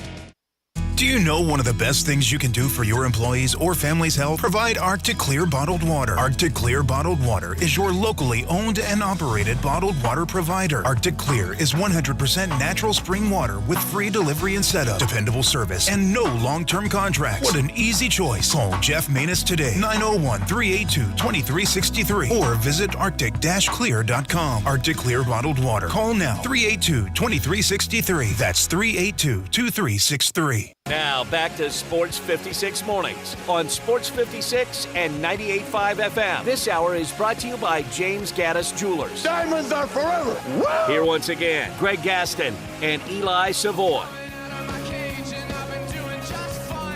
No Eli today. He's off for the next few days. Greg Gaston, Zach Boyd with you. Coming up at 9:05, scheduled to be joined by Drew Hill from the Daily Memphian, live from the NBA Combine in Chicago. Then at 9:25 or thereabouts, Eric Vickery, author of the Runnin' Redbirds book about the 82 Cardinals, and now his new book, Season of Shattered Dreams. This is a very interesting topic about the 1946 Spokane Indians, the minor league team that was in a bus accident that killed 9.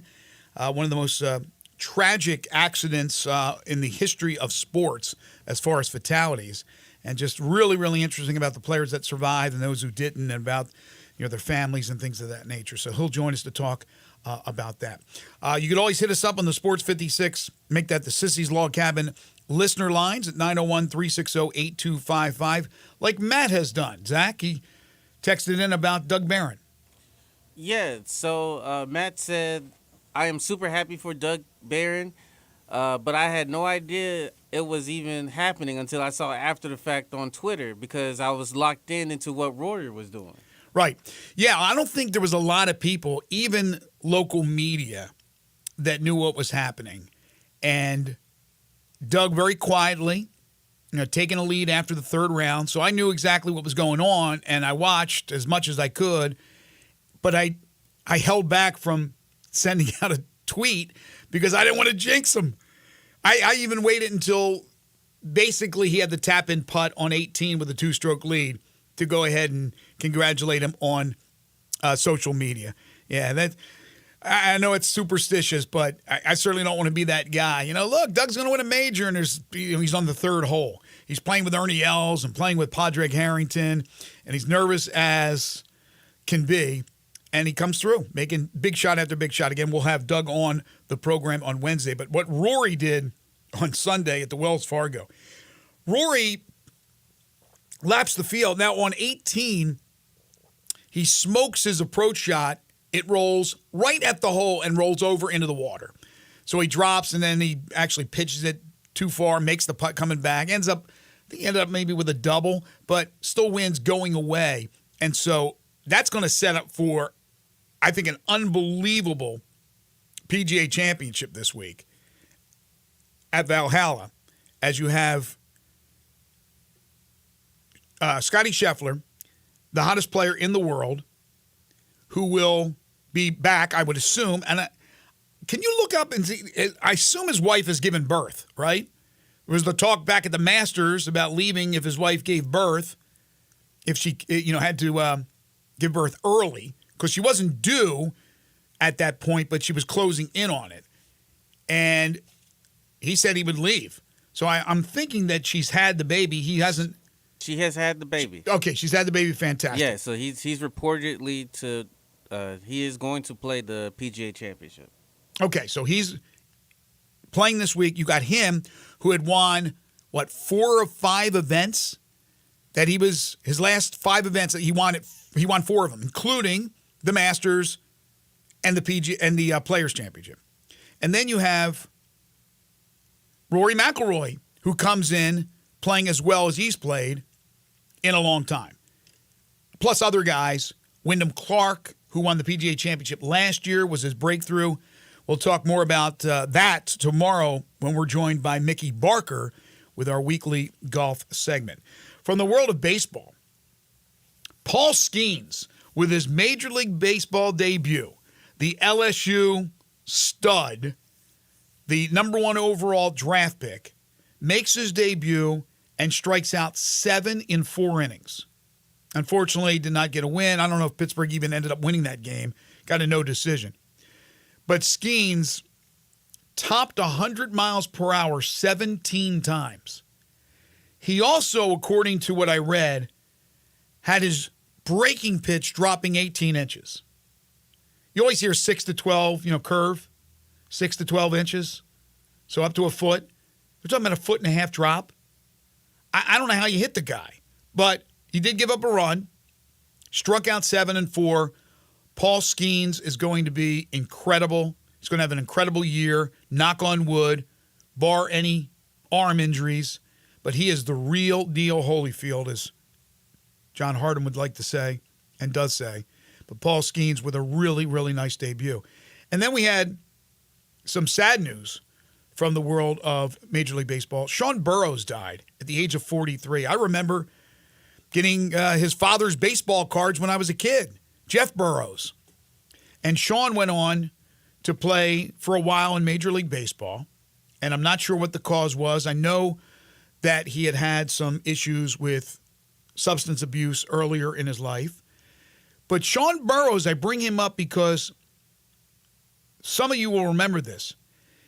He was the stud little leaguer that played in the Little League World Series. Now, there were several of them, but he was the one that was bombing all those home runs for Long Beach, California, and they won the World Series.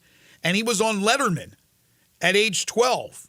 Jeff Burroughs' son, Sean Burroughs, would go on to play in the major leagues, only 43 years of age. That is just heartbreaking. 43 years of age. All right, coming up, hour number 3, Drew Hill, Eric Vickery. We got some Stanley Cup playoffs to talk about. We'll get back into the whole draft lottery and NBA playoffs as well. I do want to tell you folks about Smoke Slam, the world's ultimate barbecue showdown. It's coming up May 16th through the 18th at Tom Lee Park on the River in downtown Memphis. That's where you can combine barbecue, music, good friends and family, and good times. They'll have great music from the likes of Tone Loc and Rob Bass, Young MC, The Bar-Kays, St. Paul and the Broken Bones, War. They're putting the festival back in barbecue More than 50 teams competing for the largest cash purse in barbecue history. It's a fan-first experience like no others. Celebrity chef live cooking demos. You can indulge in mouth-watering barbecue samples from the greatest pitmasters in the country. Fireworks every night. Carnival with a Ferris wheel, carousel, and games for the kids. Single-day general admission tickets, just $25. A 3-day GA pass, only $65. For more information and to purchase tickets, go to smokeslam.com. Smokeslam, the world's ultimate barbecue showdown, May 16th through the 18th in the park, Tom Lee Park on the river in downtown Memphis. You're tuned in to Sports 56 Mornings with Greg and Eli on Real Sports Talk, Sports 56 and 98.5 FM.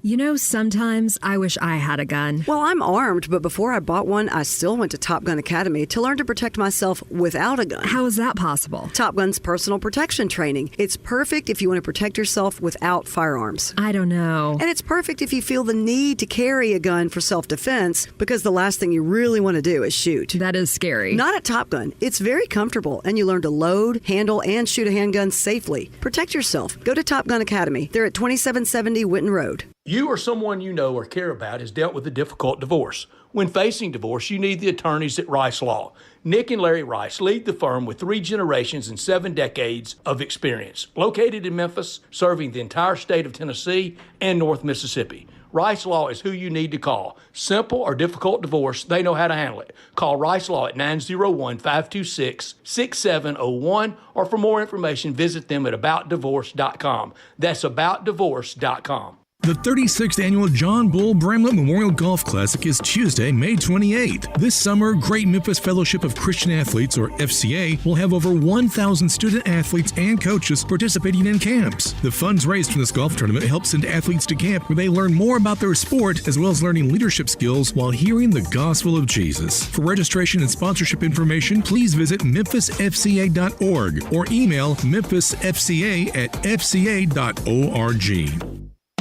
Brian Elder's Roofing Solutions. It's silly season in the life of your roof. I'm Brian Elder, 867-0303. The weather can be unpredictable, and I'm ready to get more life out of your roof with our award-winning Owens Corning Repair Team.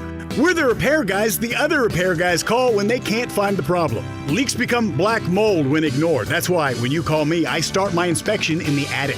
Is it time for a beautiful new roof? 867-0303. I'll measure your roof from outer space and get you an estimate right over the phone. The best warranty in the business, including a warranty against ice dams. The only roofer in Memphis to offer a warranty against water intrusion due to snow buildup. Ask about military and first responder discounts. 901-867-0303 or BrianElderRoofing.com. Call 867-0303. Brian Elder's Roofing Solutions. This traffic report brought to you by Appliance Liquidators with low prices and top-notch customer service. Appliance Liquidators, 3320 Goodman Road East in South Haven. Sports 56 traffic. Good morning. Visibility not the best in the world as rain moves through the Memphis area. It's been slow over here on 240 East up by Poplar. Give yourself a little bit of extra time over here on this side of town. It's starting to pick up in the Midtown area on 240 North there at Lamar. Hey, Weimer's Jewelry, 7525 Highway 64 is your full-service, family-owned jewelry store right here in the Memphis area. I'm Commander Chuck with your on-time traffic. We are Sports 56, WHBQ Memphis, and W253DF Memphis, Flynn Broadcasting Stations.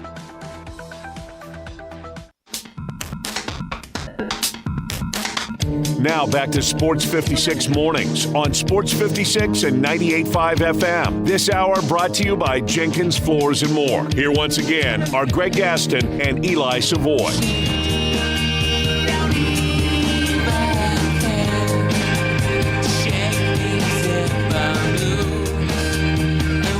Welcome back, everyone. 9:03 the time. Final hour for us today here on Sports 56 Mornings. The Monday, May 13th, 2024 edition. Greg Gaston, producer Zach Boyd. Eli is off the next few days. We're broadcasting live From the Family Leisure Studios, Family Leisure, where family and fun come together, 2120 Whitten Road, just north of I-40. Currently 63 degrees and rain in Memphis. We're looking at 71 for a high.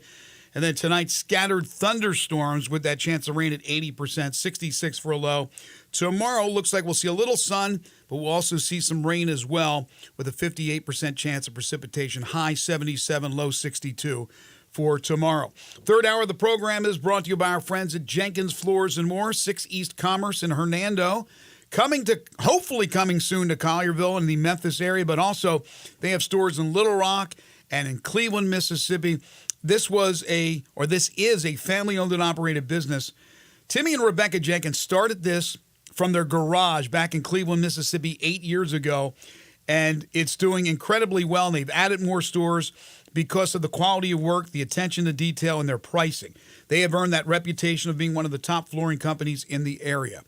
They specialize in flooring and carpeting, SPC and WPC vinyls, which are scratch-resistant and waterproof, ceramic and porcelain tiles, hardwoods by Portercraft, carpeting from Southern Luxury Carpet, on and on and on. And they sell it wholesale. So they skip the middleman. They save you lots of money, whether you're a homeowner, whether you're a contractor. Jenkins Floors and More has a lot to offer. So give them a call today at 662-469-9350 or stop by at 6 East Commerce in Hernando. 2-week turnaround, which is unheard of. If you purchase some flooring, some carpeting, whatever it is from Jenkins, 2 weeks, the job will be done. They will come to you, give you a free estimate, show you samples. That is, again, what you get from a family-owned and operated business and not some big conglomerate. It's Jenkins Floors and More, third-hour sponsor of Sports 56 Mornings. Well, this guy is busy, and we are very pleased that he is able to take some time out of his schedule to join us right now. He is Drew Hill. He's the Grizzlies beat writer for the Daily Memphian. You can follow him on Twitter at DrewHill_DM. As I mentioned earlier, he's at the NBA Draft Combine, but yesterday he was at the NBA Draft Lottery and was participating to some degree. Drew, thank you for joining us, and we appreciate your time. Yeah, thanks for having me on. I appreciate it. All right, so again, you were one of 8 media members selected to be in the room where the ping pong balls were flying around. So what was that like? It's a little weird, to be honest with you. It is definitely a little weird. They take your phones, they take your tape recorders, you can't have any electronics of any sort, no Apple Watch, no nothing.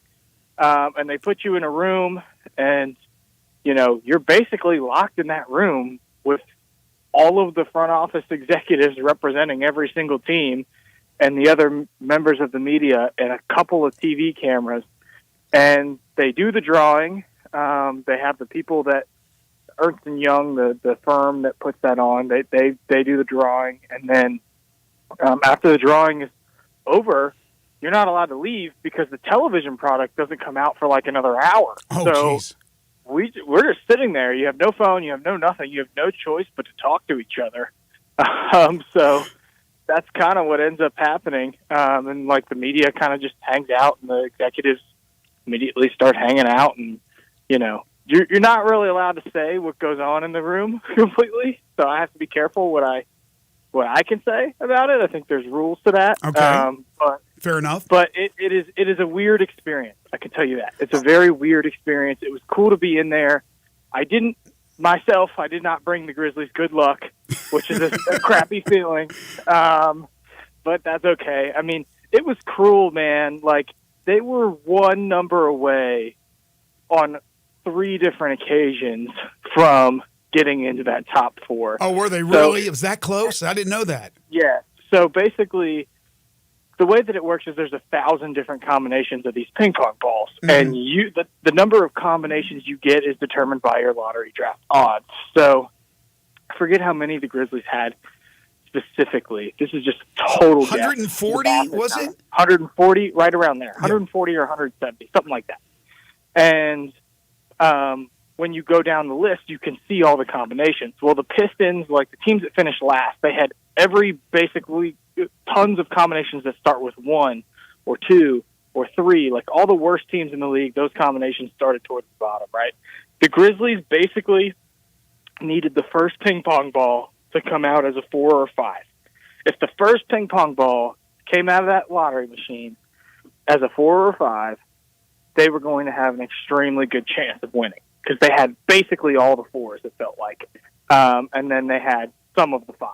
And 3 times that number came out. First number came out as 6 or 3. So basically they just were right around the 4 and 5 multiple times. Never got it. I mean, Kleiman never even had to shuffle the papers in front of him with the combination. But it just sucked because it was so close every single time. And it also sucks because you had teams jump you. I mean, the last thing you want if you're in that room, it's such a weird experience, is to see a high number come up first because that means somebody's jumping you. And 3 times that happened. So yeah, it was a little crazy. So Zach, you're looking at him and looking at facial expressions. So when did he know that they were dropping to 9 on the last ones that were selected? I mean, how does that work?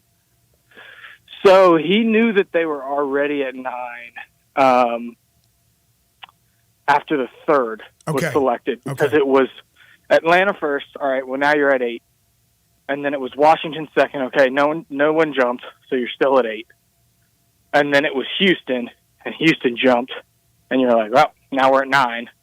And then the last one came in at San Antonio, who was already ahead of them, so no one jumped. So immediately it was obvious that they were going to be at 9, and all the conversations just begin right there. The offseason essentially starts right there as soon as you figure out who that, last person was. And, I mean, I don't think it's news that, like, we were all locked in a room. Like, Zach was talking to other general managers and stuff. Like, I don't think that's a secret.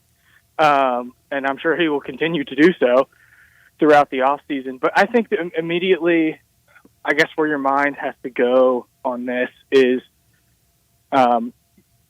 you're not going to get the obvious top 3, top 4 guy, right? Like, if there's one player I think everybody feels very strongly is going to go in the top 3, and that's Alex Sarr. Mm-hmm. And he's going to be off the board now. Like, and that, I think, was, if the Grizzlies were there for the taking, if he were there, I think the Grizzlies would have done that. Even though he does play very similarly to Jaren, I just think that the ceiling and the potential is so high that was something that they would do. So now you don't really know.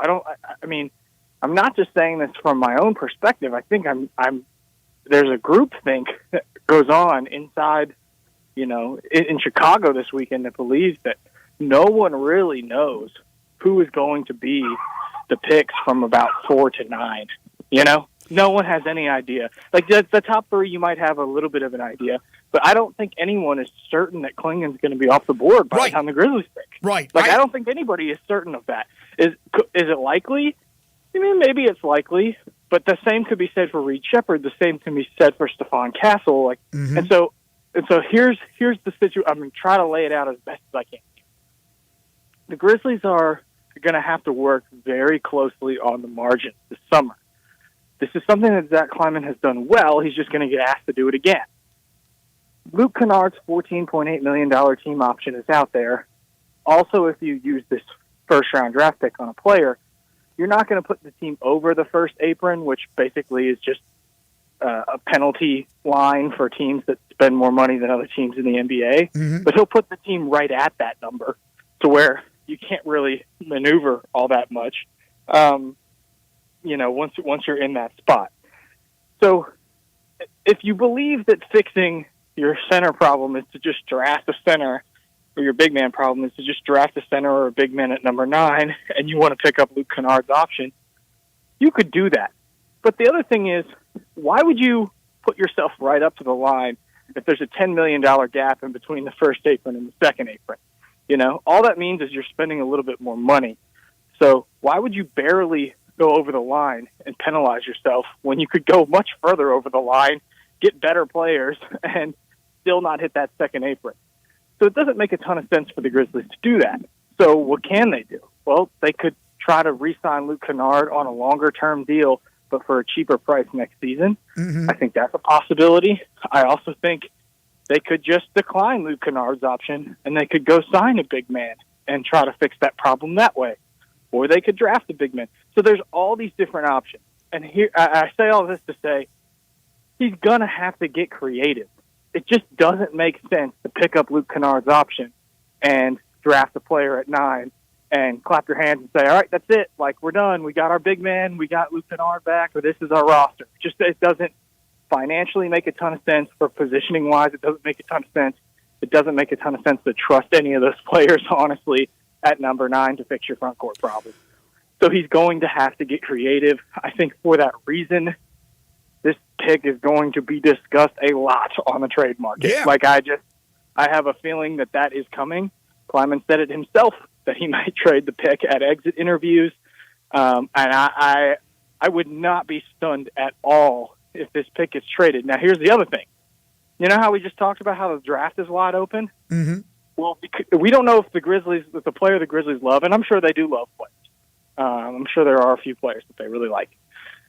If they don't know that their player is going to be there at 9 or if he's going to be gone in the top 3, then whatever team has interest in trading for that number 9 pick, they have no idea if the player they love will be there at 9 or if they'll be gone in the top 3. Right. So the Grizzlies can't really trade the pick until these teams know who's going to be available. So just get ready for this to be a long waiting game, right? Like, this is going to be one of those. I mean, I would just be stunned if any team felt comfortable enough to trade up for a pick inside the top 10 this year before draft night, like before they're actually on the clock. So this is going to be chaos.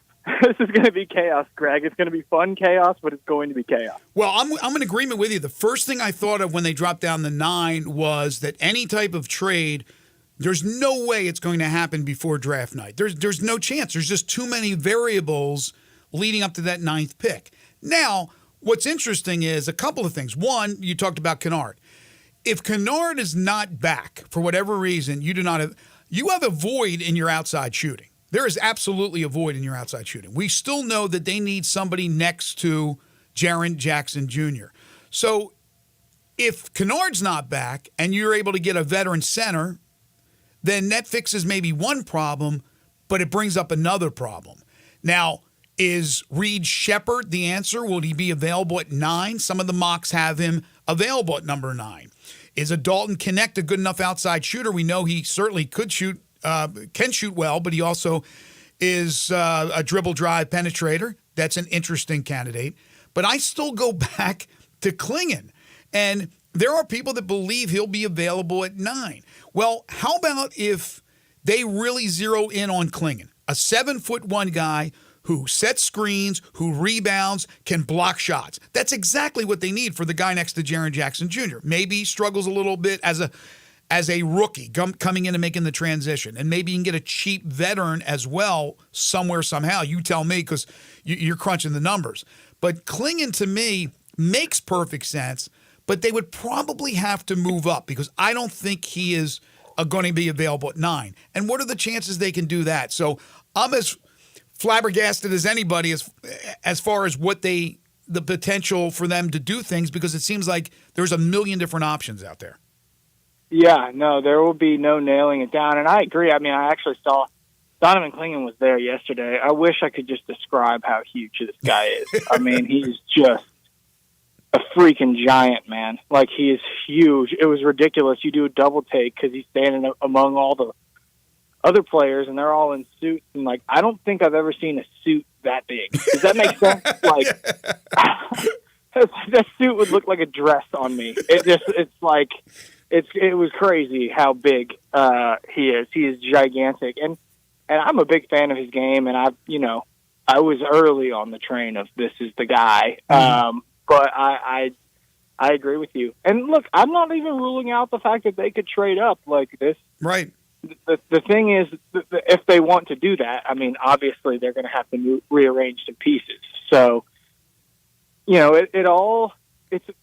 can say it all starts with Kennard, but it really doesn't, because Kennard's option has to be exercised after the draft, like 2 days after the draft. So if you make trades and you rearrange your roster and you make a draft night trade and bring in players and there's not enough room to keep Luke Kennard, then you just decline the option, right? But if you're thinking oh, we would really like to keep Luke Kennard, and we don't know if he'll agree to a new deal or not, then I think at that point you have to operate on draft night as if you're trying to hold that space open for him. So, there's really no order to any of this. He has so many things at his hands, and the key piece seems to be that number 9 overall draft pick. And does he want a player at number 9? Do they like players enough? Will any of those players be there?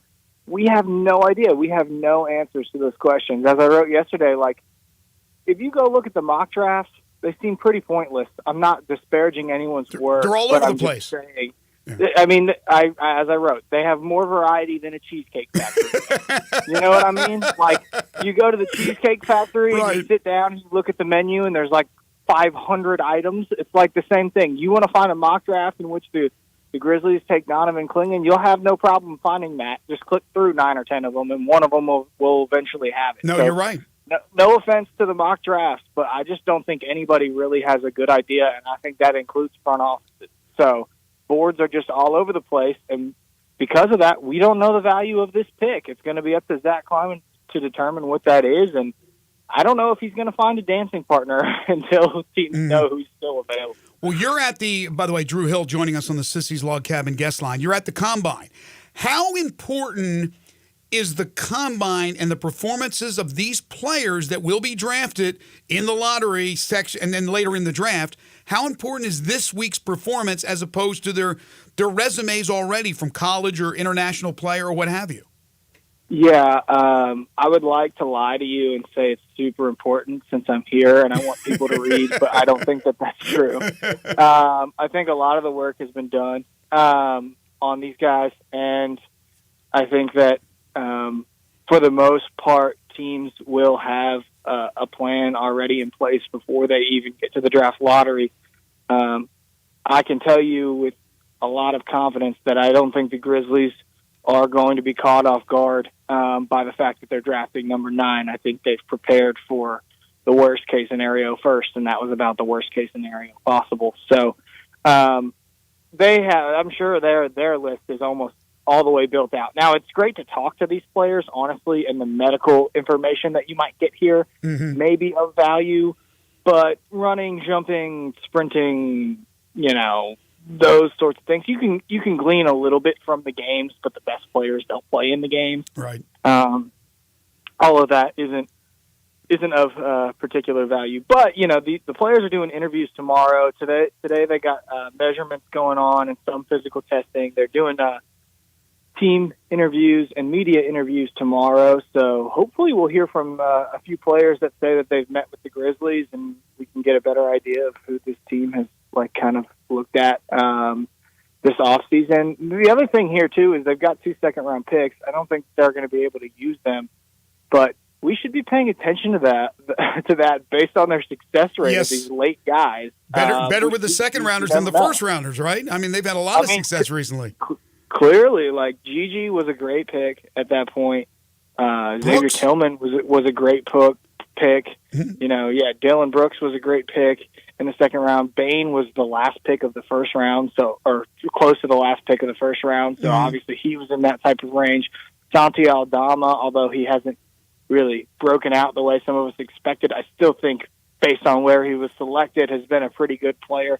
The Grizzlies have shown that they can pick some pretty good players at that spot. So I'm actually interested to see what they'll do. As we were just talking about, the money is extremely tight. So can you squeeze that player in too?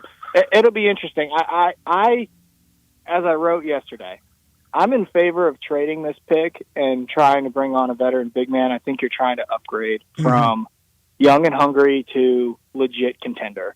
And to do that, I just don't know if adding rookies or rookie big men in particular are going to help you all that much. Now, if your stars are that good, it shouldn't matter. I mean, we were just I was just talking recently with Chris on our podcast about Denver. Denver bet on its young players and let some of its veterans go after they won the championship last year. Well, they're not even playing those young players. They haven't even played those young players that they bet on in the playoffs this year.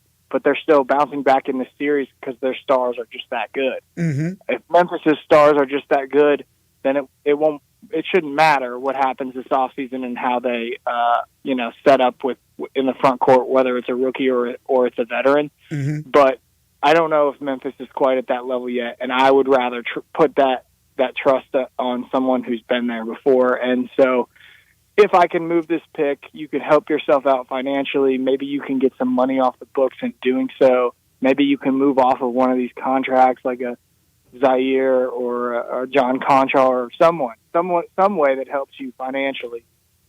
I would probably take advantage of that and try to get it makes perfect sense. Final thing for you, final minute here. I would imagine since you're in Chicago, you're going to be keeping an eye on the Memphis connection. David Jones, now Naquan Tomlin, Boogie Ellis. They're all going to be competing this week. Yeah, it'll be cool to see David Jones. So I haven't made it into the arena yet this morning. Well, I did earlier today, and there wasn't much going on, but I'll try to get over there this morning. I think David might end up talking tomorrow. So hopefully we hear from him. Hopefully he can give us some good insight on on if he's leaning any particular way. I hope he gets good feedback. That's the whole point of this for college players is to get good feedback to help you make a smart decision about your future. I know we all want him back with the Tigers, but we'll see what the NBA teams have to say this week, and hopefully he does well. I think everybody's wishing him well in that way. Well, keep up the great work, Drew. Again, congratulations on the marriage and all that stuff. Life's pretty good right now. I know that, and I know you're going to be busy this week. A lot of great stories over at the Daily Memphian, so make sure to follow Drew on Twitter at DrewHill_DM. Get a subscription to the Daily Memphian as well. Drew, thank you so much for getting up early for us. Really appreciate it. Yeah, thank you. I appreciate it. Take care. Drew Hill from the Daily Memphian. When we come back, you don't want to miss this. Eric Vickery is an author. He's a sports writer, and he's written a new book about a topic that I'm sure you've never heard of. I never heard of it until he contacted me about this, but I think it's going to be interesting. We'll do that when we return. This is Sports 56 Mornings with Greg and Eli on Real Sports Talk, Sports 56, 98.5 FM. Join the voice of the Tigers, Dave Woloshin, for Wolo and Friends. Weekday mornings from 10 to 11 here on Sports 56 and 98.5 FM. There's an institution in East Memphis that I love talking about. It's the Spirit Shop at 4848 Poplar Avenue, right down the street from Clark Tower, and it looks like a log cabin. It's been around Memphis since 1969 with a family-owned, friendly, knowledgeable sales staff that is just a wonderful place to go. I love going in and talking wine or bourbons, and they've got such great selection. So if you've not visited the Spirit Shop in a while, it's been remodeled. You'll love what you see when you need spirits. Tell Eddie Wolo said hello. Nestled in the heart of East Memphis, located corner of Park and Cherry, is a beautiful residential neighborhood. I'm here at Town Village Audubon Park interviewing a new resident, Carolyn. Share with us why you chose Town Village. Well, if your parents or special friends need to make that big move, let me share with you my experience. It was tough for me to leave home, but then I discovered Town Village. I would like to highly recommend Town Village to you and your loved ones. After looking at all the amenities and meeting all the people and staff, I was hooked. From restaurant, bistro, 3 meals per day, housekeeping, transportation, security, health care, physical therapy, exercise room, and even a heated pool and spa. Come see us and make your new home at Town Village. Visit us and call Daniel at Town Village Audubon Park at 901-374-7342. There's no place like home, Town Village.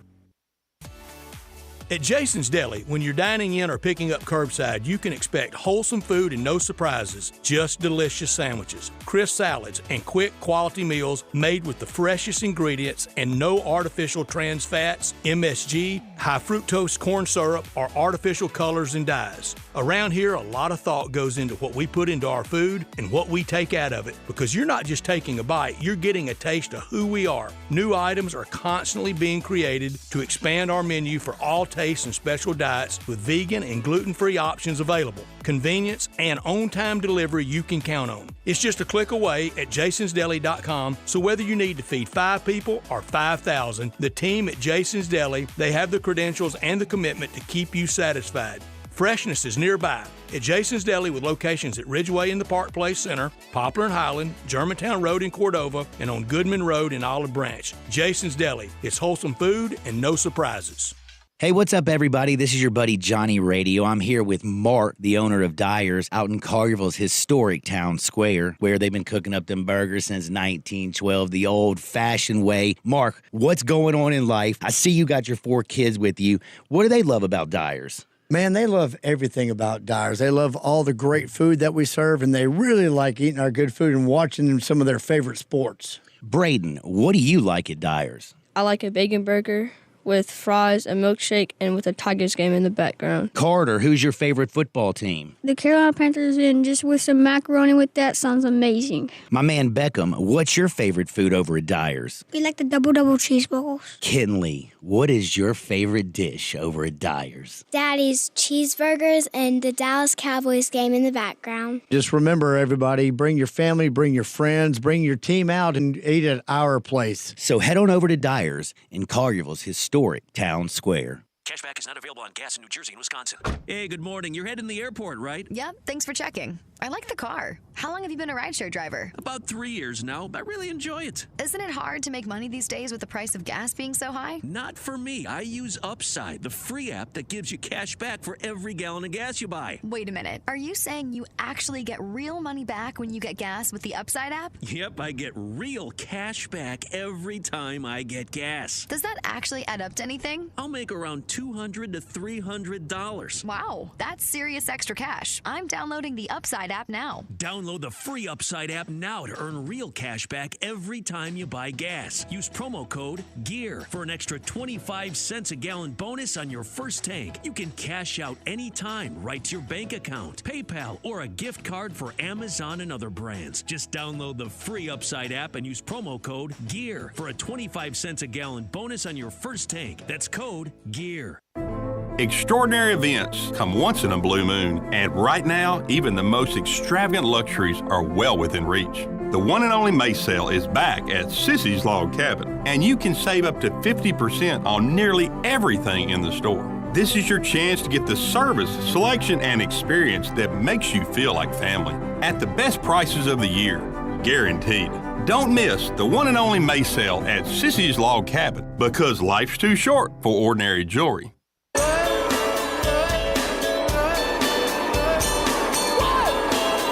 Now back to Sports 56 Mornings on Sports 56 and 98.5 FM. This hour brought to you by Jenkins Floors and More. Here once again are Greg Gaston and Eli Savoy.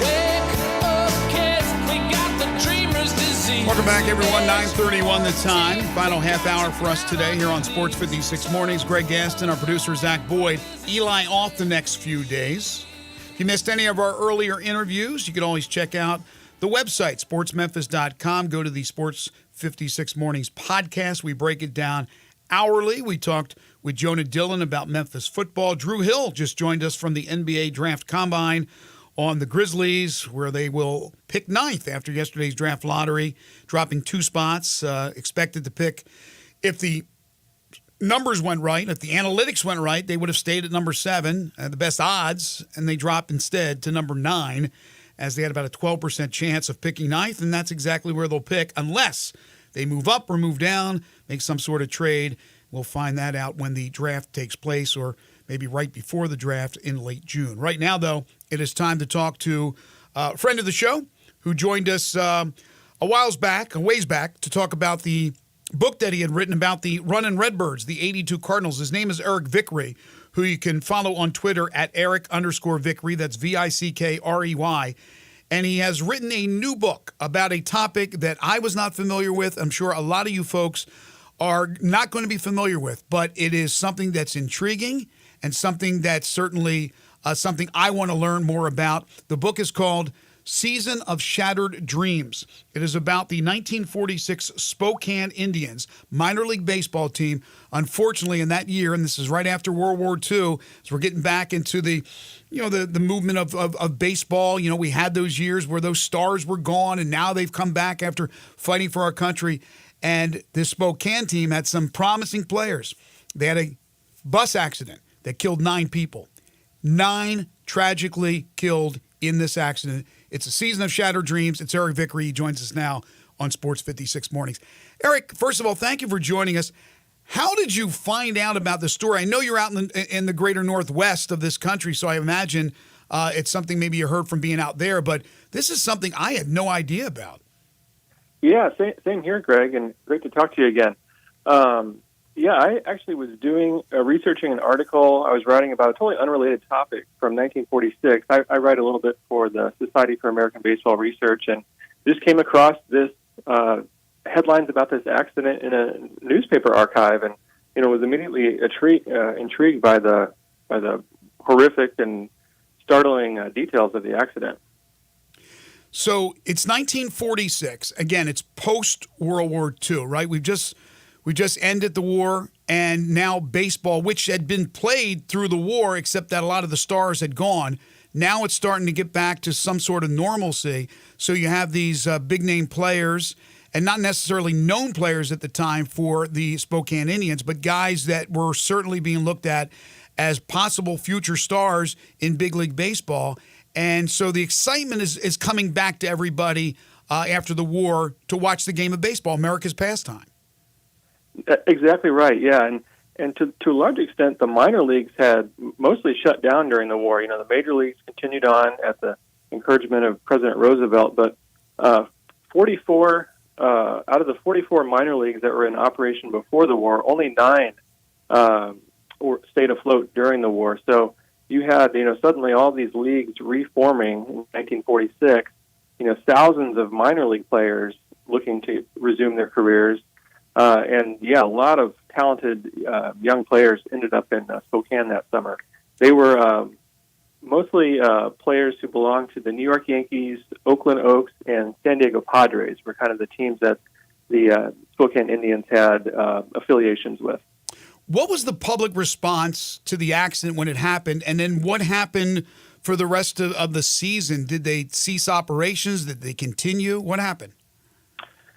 Well, remarkably, they actually started playing games again a week after the accident, which is it's hard to fathom. But the accident did make newspaper headlines across the country. In the immediate days following the accident, and there were right away there's an outpouring of support from around the country. Donations started pouring in.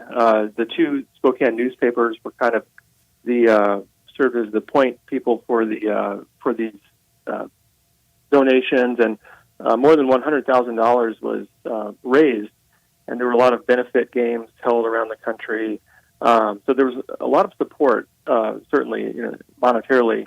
And then just a week after the accident, the team reorganized with basically any players they could find, any able-bodied men, semi-pro players, players released from other organizations. Even the team trainer suited up for some games. Oh, geez! So they were kind of desperate for anybody they could find to play. Of the 9 that tragically perished, were they all players? Yes, yeah. The one was the player manager, Mel Cole, and the other 8 were all players, including one former Brooklyn Dodgers player, Chris Harchie, and probably the most promising prospect on the West Coast. His name is Vic Pichetti. He was only 18 years old and had received contract offers from all 16 major league teams, was considered a surefire major leaguer, and he was one of the 9 players killed as well.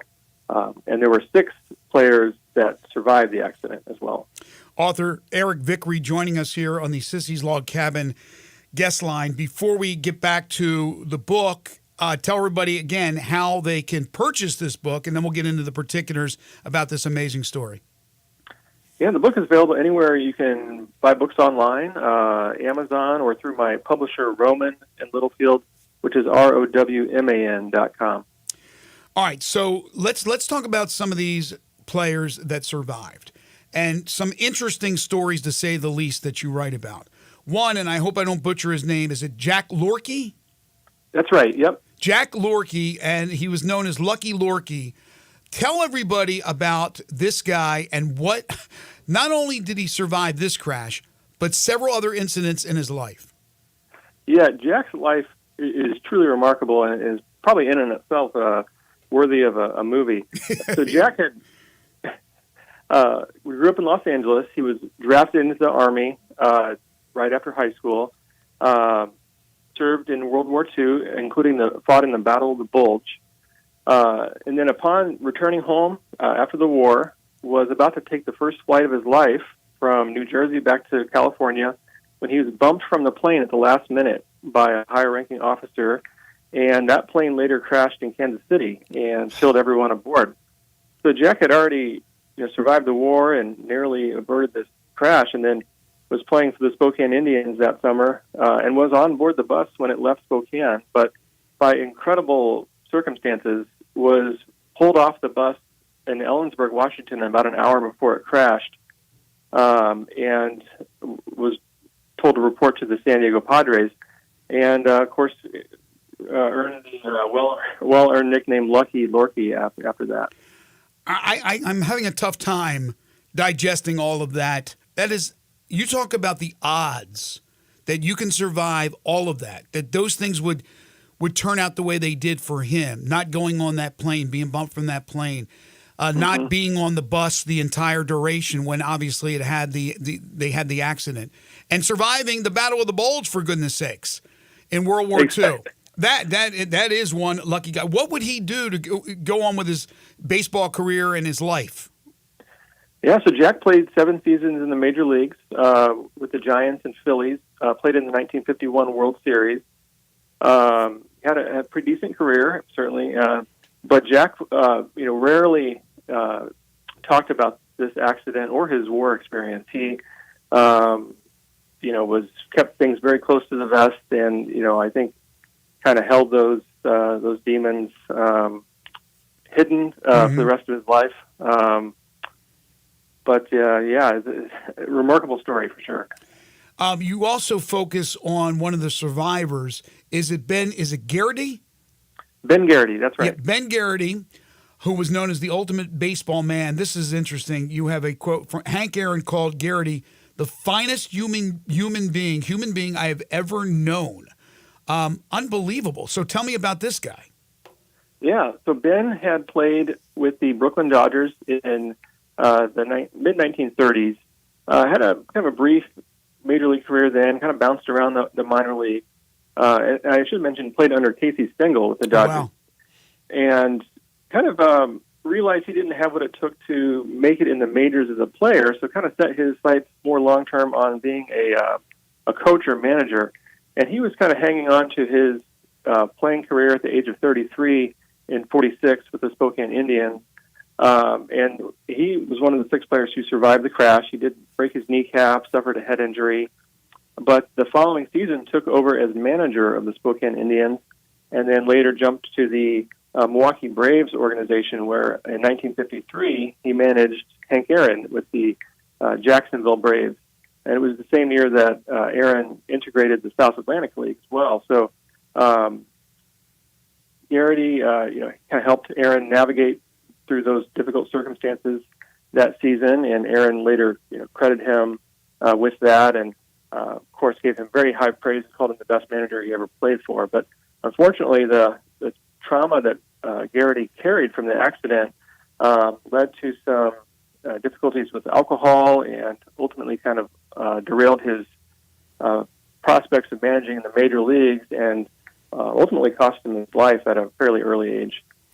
How were you able to gather? I mean, obviously there's newspaper, probably microfiche, and going that far back, but gather all this information and get more information to put together this book. Yeah, so as you mentioned, newspaper archives were helpful for kind of the day-to-day stuff, but I was able to interview a number of subjects who had kind of direct ties with the men involved in the story. In Ben Garrity's case, I was able to interview 5 or 6 players who played for him back in the 50s and early 60s, including Tommy John. So they were all able to share some memories and stories about Ben.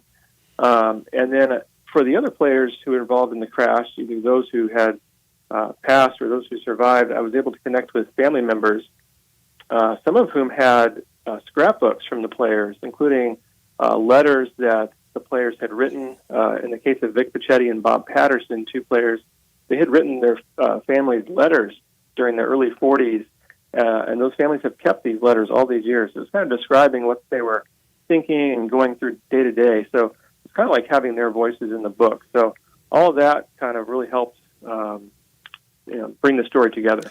Look, it goes beyond just for sports lovers. This is an incredibly interesting story, a tragic story, but you bring light to something that happened way back in 1946 and make it very relevant. It's the season of shattered dreams, post-war baseball, the Spokane Indians, and a tragic bus crash that changed everything. Once again, Eric, for folks who want to purchase this book.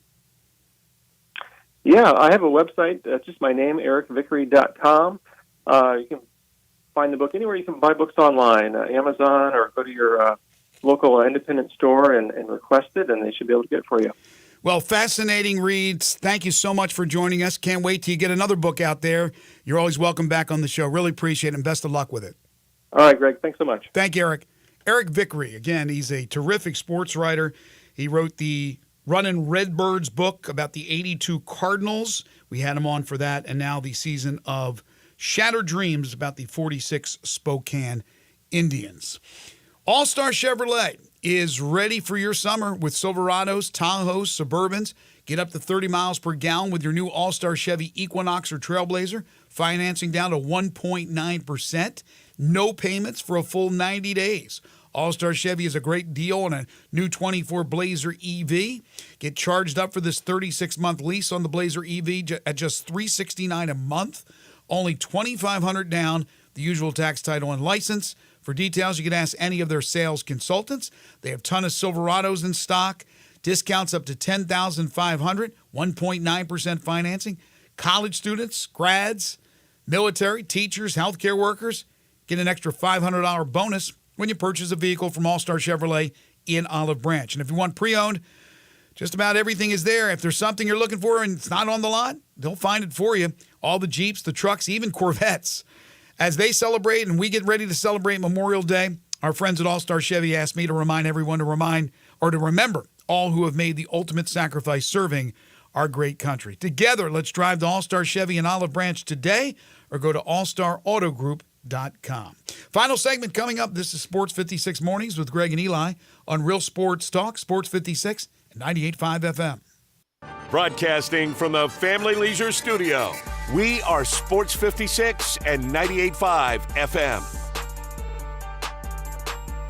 Simple, smooth, and every sip as easy as the last. Tito's handmade vodka tastes just as good with tap water as it does your favorite mixers. Back in the day, Tito distilled, hand-bottled, taste-tested, sent out to a few friends, then taste-tested again to give you the finest juice around. No frills, no flavors, no fancy labels, just the good stuff, just Tito's. For recipes, videos, and more, visit Tito'sVodka.com. Distilled and bottled in Austin, Texas, 40% alcohol by volume, namely 80 proof, crafted to be savored responsibly. Looking for sports in all the wrong places? Try the Owner's Box Sports Bar and Grill in Lakeland Town Square. Fun, friendly, exciting, and comfortable with wall-to-wall TVs for all your favorite games, 24 taps for all your favorite beers, including NA and local craft beers, and an in-front-of-the-wall full bar for all your other favorite beverages, including a full wine list. Add in an upscale menu, patio seating, daily specials, and events, and you found all your sports in the one right place. The Owner's Box Sports Bar and Grill in Lakeland Town Square, Highway 70. Any day is a good day to sell your home. This is Sheldon Rosengarten with Mark's Benstorff Realtors, but the absolute best days to sell your home are those days that end with a Y. That's right. Numerous scientific studies, and my friend Kevin, who is also a wine connoisseur, have shown that if you want to sell your home, make sure and use my highly successful strategic marketing program and list on the day ending in a Y. Now think about it. Who would be foolish enough to not trust science and a wine connoisseur? Seriously, changes are happening in the real estate industry, and it's not just that sellers don't know the answers, they don't know the questions. That's why I'm here. If you or someone you know is thinking of selling, I always tell people to talk to 2 to 3 experienced real estate brokers and make sure that I am one of them. Find out why people often say, when you want the job done, you call Shell Done. Call me at 483-0546 or MemphisRelocate.com. Remember, MemphisRelocate.com or 483-0546. Jenkins Floors and More invites you to their retail warehouse where they pass wholesale savings on to you. Jenkins Floors in Hernando, Little Rock, and Cleveland, Mississippi specializes in flooring and carpeting, tile, plantation shutters, and blinds. Jenkins makes your life easy with a 2-week turnaround. Contractors, builders, or family projects, call 662-469-9350 for a free estimate. Owners Timmy and Rebecca Jenkins say hello to Sports 56 fans and look forward to your business. We're here with David Cooper, Vice President of Genesis Diamonds. David, we're familiar with iconic brands. Are there designers for engagement rings? Absolutely. Like every other industry, there are 10 renowned bridal designers who have been leading the industry for years. They are trusted, respected, and exclusive. Every jewelry store wishes to have them. So what makes these designer engagement rings so desirable? These designers drive a surge of customers to the store, making it the place to be. They attract shoppers who value quality, sophistication, and the ability to express their individuality through their engagement ring. Can customers find these engagement rings in other stores? Absolutely not. Other stores would love to have them, but they didn't make the cut. They have to settle for what they can get, not what they wish to have. So Genesis has cornered the market. Certainly. We offer a world-class exclusive selection from $1,900 complete rings to $250,000 celebrity rings. Best bridal designers in the world create these one-of-a-kind rings specifically to showcase your individuality like no other ring. Genesis Diamonds, Poplar at Perkins Extended. Now back to Sports 56 Mornings on Sports 56 and 98.5 FM. This hour brought to you by Jenkins Floors and More. Here once again are Greg Gaston and Eli Savoy. Early Monday morning to Friday at 5, man. Welcome back, everyone. 9:50 the time. Final segment here on Sports 56 Mornings. Zach, I don't know if you saw this story, but Rashee Rice, the Kansas City Chiefs wide receiver out of SMU, has gotten into trouble. 2 different incidents now. The nightclub thing that he's alleged to have been involved in.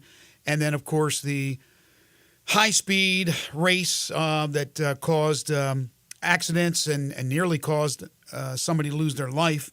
So he's in already deep water. Well, now comes something that the NFL teams at the draft 2 years ago knew when Rashee Rice made the rounds.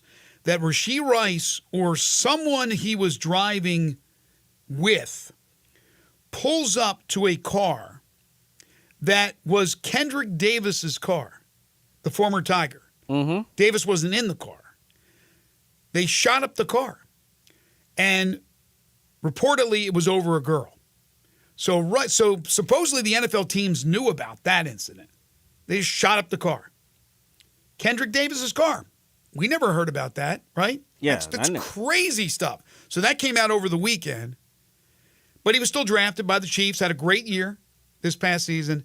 And then you have the incident in Dallas, the second incident in Dallas, which is alleged. The first one he absolutely was involved in. Boy, you talk about a guy who is trying to lose his career as an NFL wide receiver, make a lot of money. I mean, I know he's not literally trying to do this, but he is taking those steps toward losing his career. And then you see this incident, you go, my gosh. And then I thought it was newsworthy because obviously it involved Kendrick Davis indirectly, his car, not him in the car, while they were students at SMU. Now it makes sense that now that I put 2 and 2 together, why Kendrick got in the transfer portal at the time, because it's like his safety is on the line. Right, all over a girl, right? Yeah. Which a lot of times it is. Stanley Cup playoffs. If you missed this over the weekend, the Carolina Panthers staved off elimination against the Rangers in the Eastern Conference semifinals. Rangers still lead 3-1, but Carolina won 4-3. Florida beats Boston 3-2. They lost the first game in that series. The Panthers have roared back to take a 3-1 lead over the Bruins. In the West, Dallas beat Colorado 4-1, and now the Dallas Stars have a 2-1 series lead over the Avalanche. And late last night, Vancouver edged Edmonton 4-3, and now the Canucks, who knocked out the Predators, have a 2-1 lead in that series. In the NBA playoffs, we got 2 games tonight. The Celtics at the Cavaliers and the Thunder at the Mavericks. The Celtics now with a 2-1 lead after they rolled in Game 3 in Cleveland, knocking off the Cavaliers by the score of 106-93. So I think the Celtics are in pretty good shape. Again, they had the one blemish like they did in their first-round series against Miami.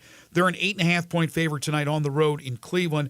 And then the Thunder and the Mavericks, I think this is a huge game. Thunder, who I picked the Mavericks to win this thing, but I think if the Thunder win this game tonight in Dallas, they get back home court advantage, they even the series. I think the Thunder will probably go on to win. But if Dallas wins tonight, they're a 1.5-point favorite. Protect home court. They're up 3-1. I think they're going to end up going on to win that series. But I think it's a pivotal game for the Thunder and the Mavericks tonight. That's the second game of the two. Celtics and the Cavaliers is the first game. We talked some Major League Baseball earlier. Paul Skeens, his debut for the Pittsburgh Pirates. The Cardinals end a 7-game slide. They knock off the Milwaukee Brewers 4-3. It's interesting that Ollie Marmol got tossed, and then they went on to come back and win that game. And then after the game, Marmol said, there was nothing. The officials were fine. The umpiring crew was fine. I just needed to do something to ignite my team. I don't know if I buy it, but if that was the case, that was the situation, it worked because the Cardinals got off the schneid, as did Paul Goldschmidt. Finally, Paul Goldschmidt hits a home run, had an RBI single. He had been in a huge slump. College baseball, the Tigers win yesterday, rallying to beat UAB 3-2, and they end up losing that series to the Blazers 2-1. But the Tigers go into their final weekend of the regular season. It's Thursday, Friday, Saturday, not Friday, Saturday, Sunday like it usually is, starting this Thursday against Wichita State at home at FedEx Park, Avron Fogelman Field. There's basically 5 teams fighting for 3 spots to get to Clearwater and the American Conference Baseball Tournament. There's 10 total teams, 8 go. And Memphis will have a tough battle. Wichita State's already in, but 5 teams right there in the mix, and it's going to be quite the battle. So hopefully the folks will come out, watch some baseball. Hopefully the weather will be nice for Memphis, and they can get it done and get to Clearwater for the American Conference Tournament. Well, folks, if you are a basketball player and you're looking to take your basketball shooting and passing skills to a new level, I got a place for you. Shoot 360 Memphis. From preps to pros. Perfect your shot, challenge yourself, compete with others, learn the proper ways to shoot the ball using modern analytics. There's nothing like this. So for parents and grandparents out there, coaches of players, this is the place for your sons, your daughters, your grandchildren, your players to go. But it's also great for adults too. It's the same system that stars like Steph Curry use. That's true. It's a revolutionary training facility that combines cutting-edge technology with expert coaching to improve shooting skills. The facility is equipped with advanced shooting machines that provide real-time feedback on shooting accuracy and arc and depth. Arc and depth is everything in shooting. They will teach you the proper way to shoot the ball, and the analytics and the videos will show you what to work on. Players can track their progress and analyze their performance. Well, they are about to move from Collierville to their new state-of-the-art facility in Cordova on June 1st. So if you sign up right now, I'm telling you, you're going to take a great step in becoming that all-around basketball player that you want to be. All you need to do is go to Shoot 360 Memphis to sign up. Call them at 901-316-5500 or stop by their current location in Collierville. It's Shoot 360 Memphis. That'll do it for us today, folks. Thank you for listening. We appreciate it. Thank you for your texts. And thanks to our great guests, Jonah Dillon, Drew Hill, and Eric Vickery. We're back tomorrow starting bright and early at 7 a.m. UFC fighter Danny Barlow will join us, while Jeff Crane, the Memphis interim athletics director, Mickey Barker on our golf segment, and Steve Sands, speaking of golf, from the Golf Channel on NBC as we preview the PGA Championship.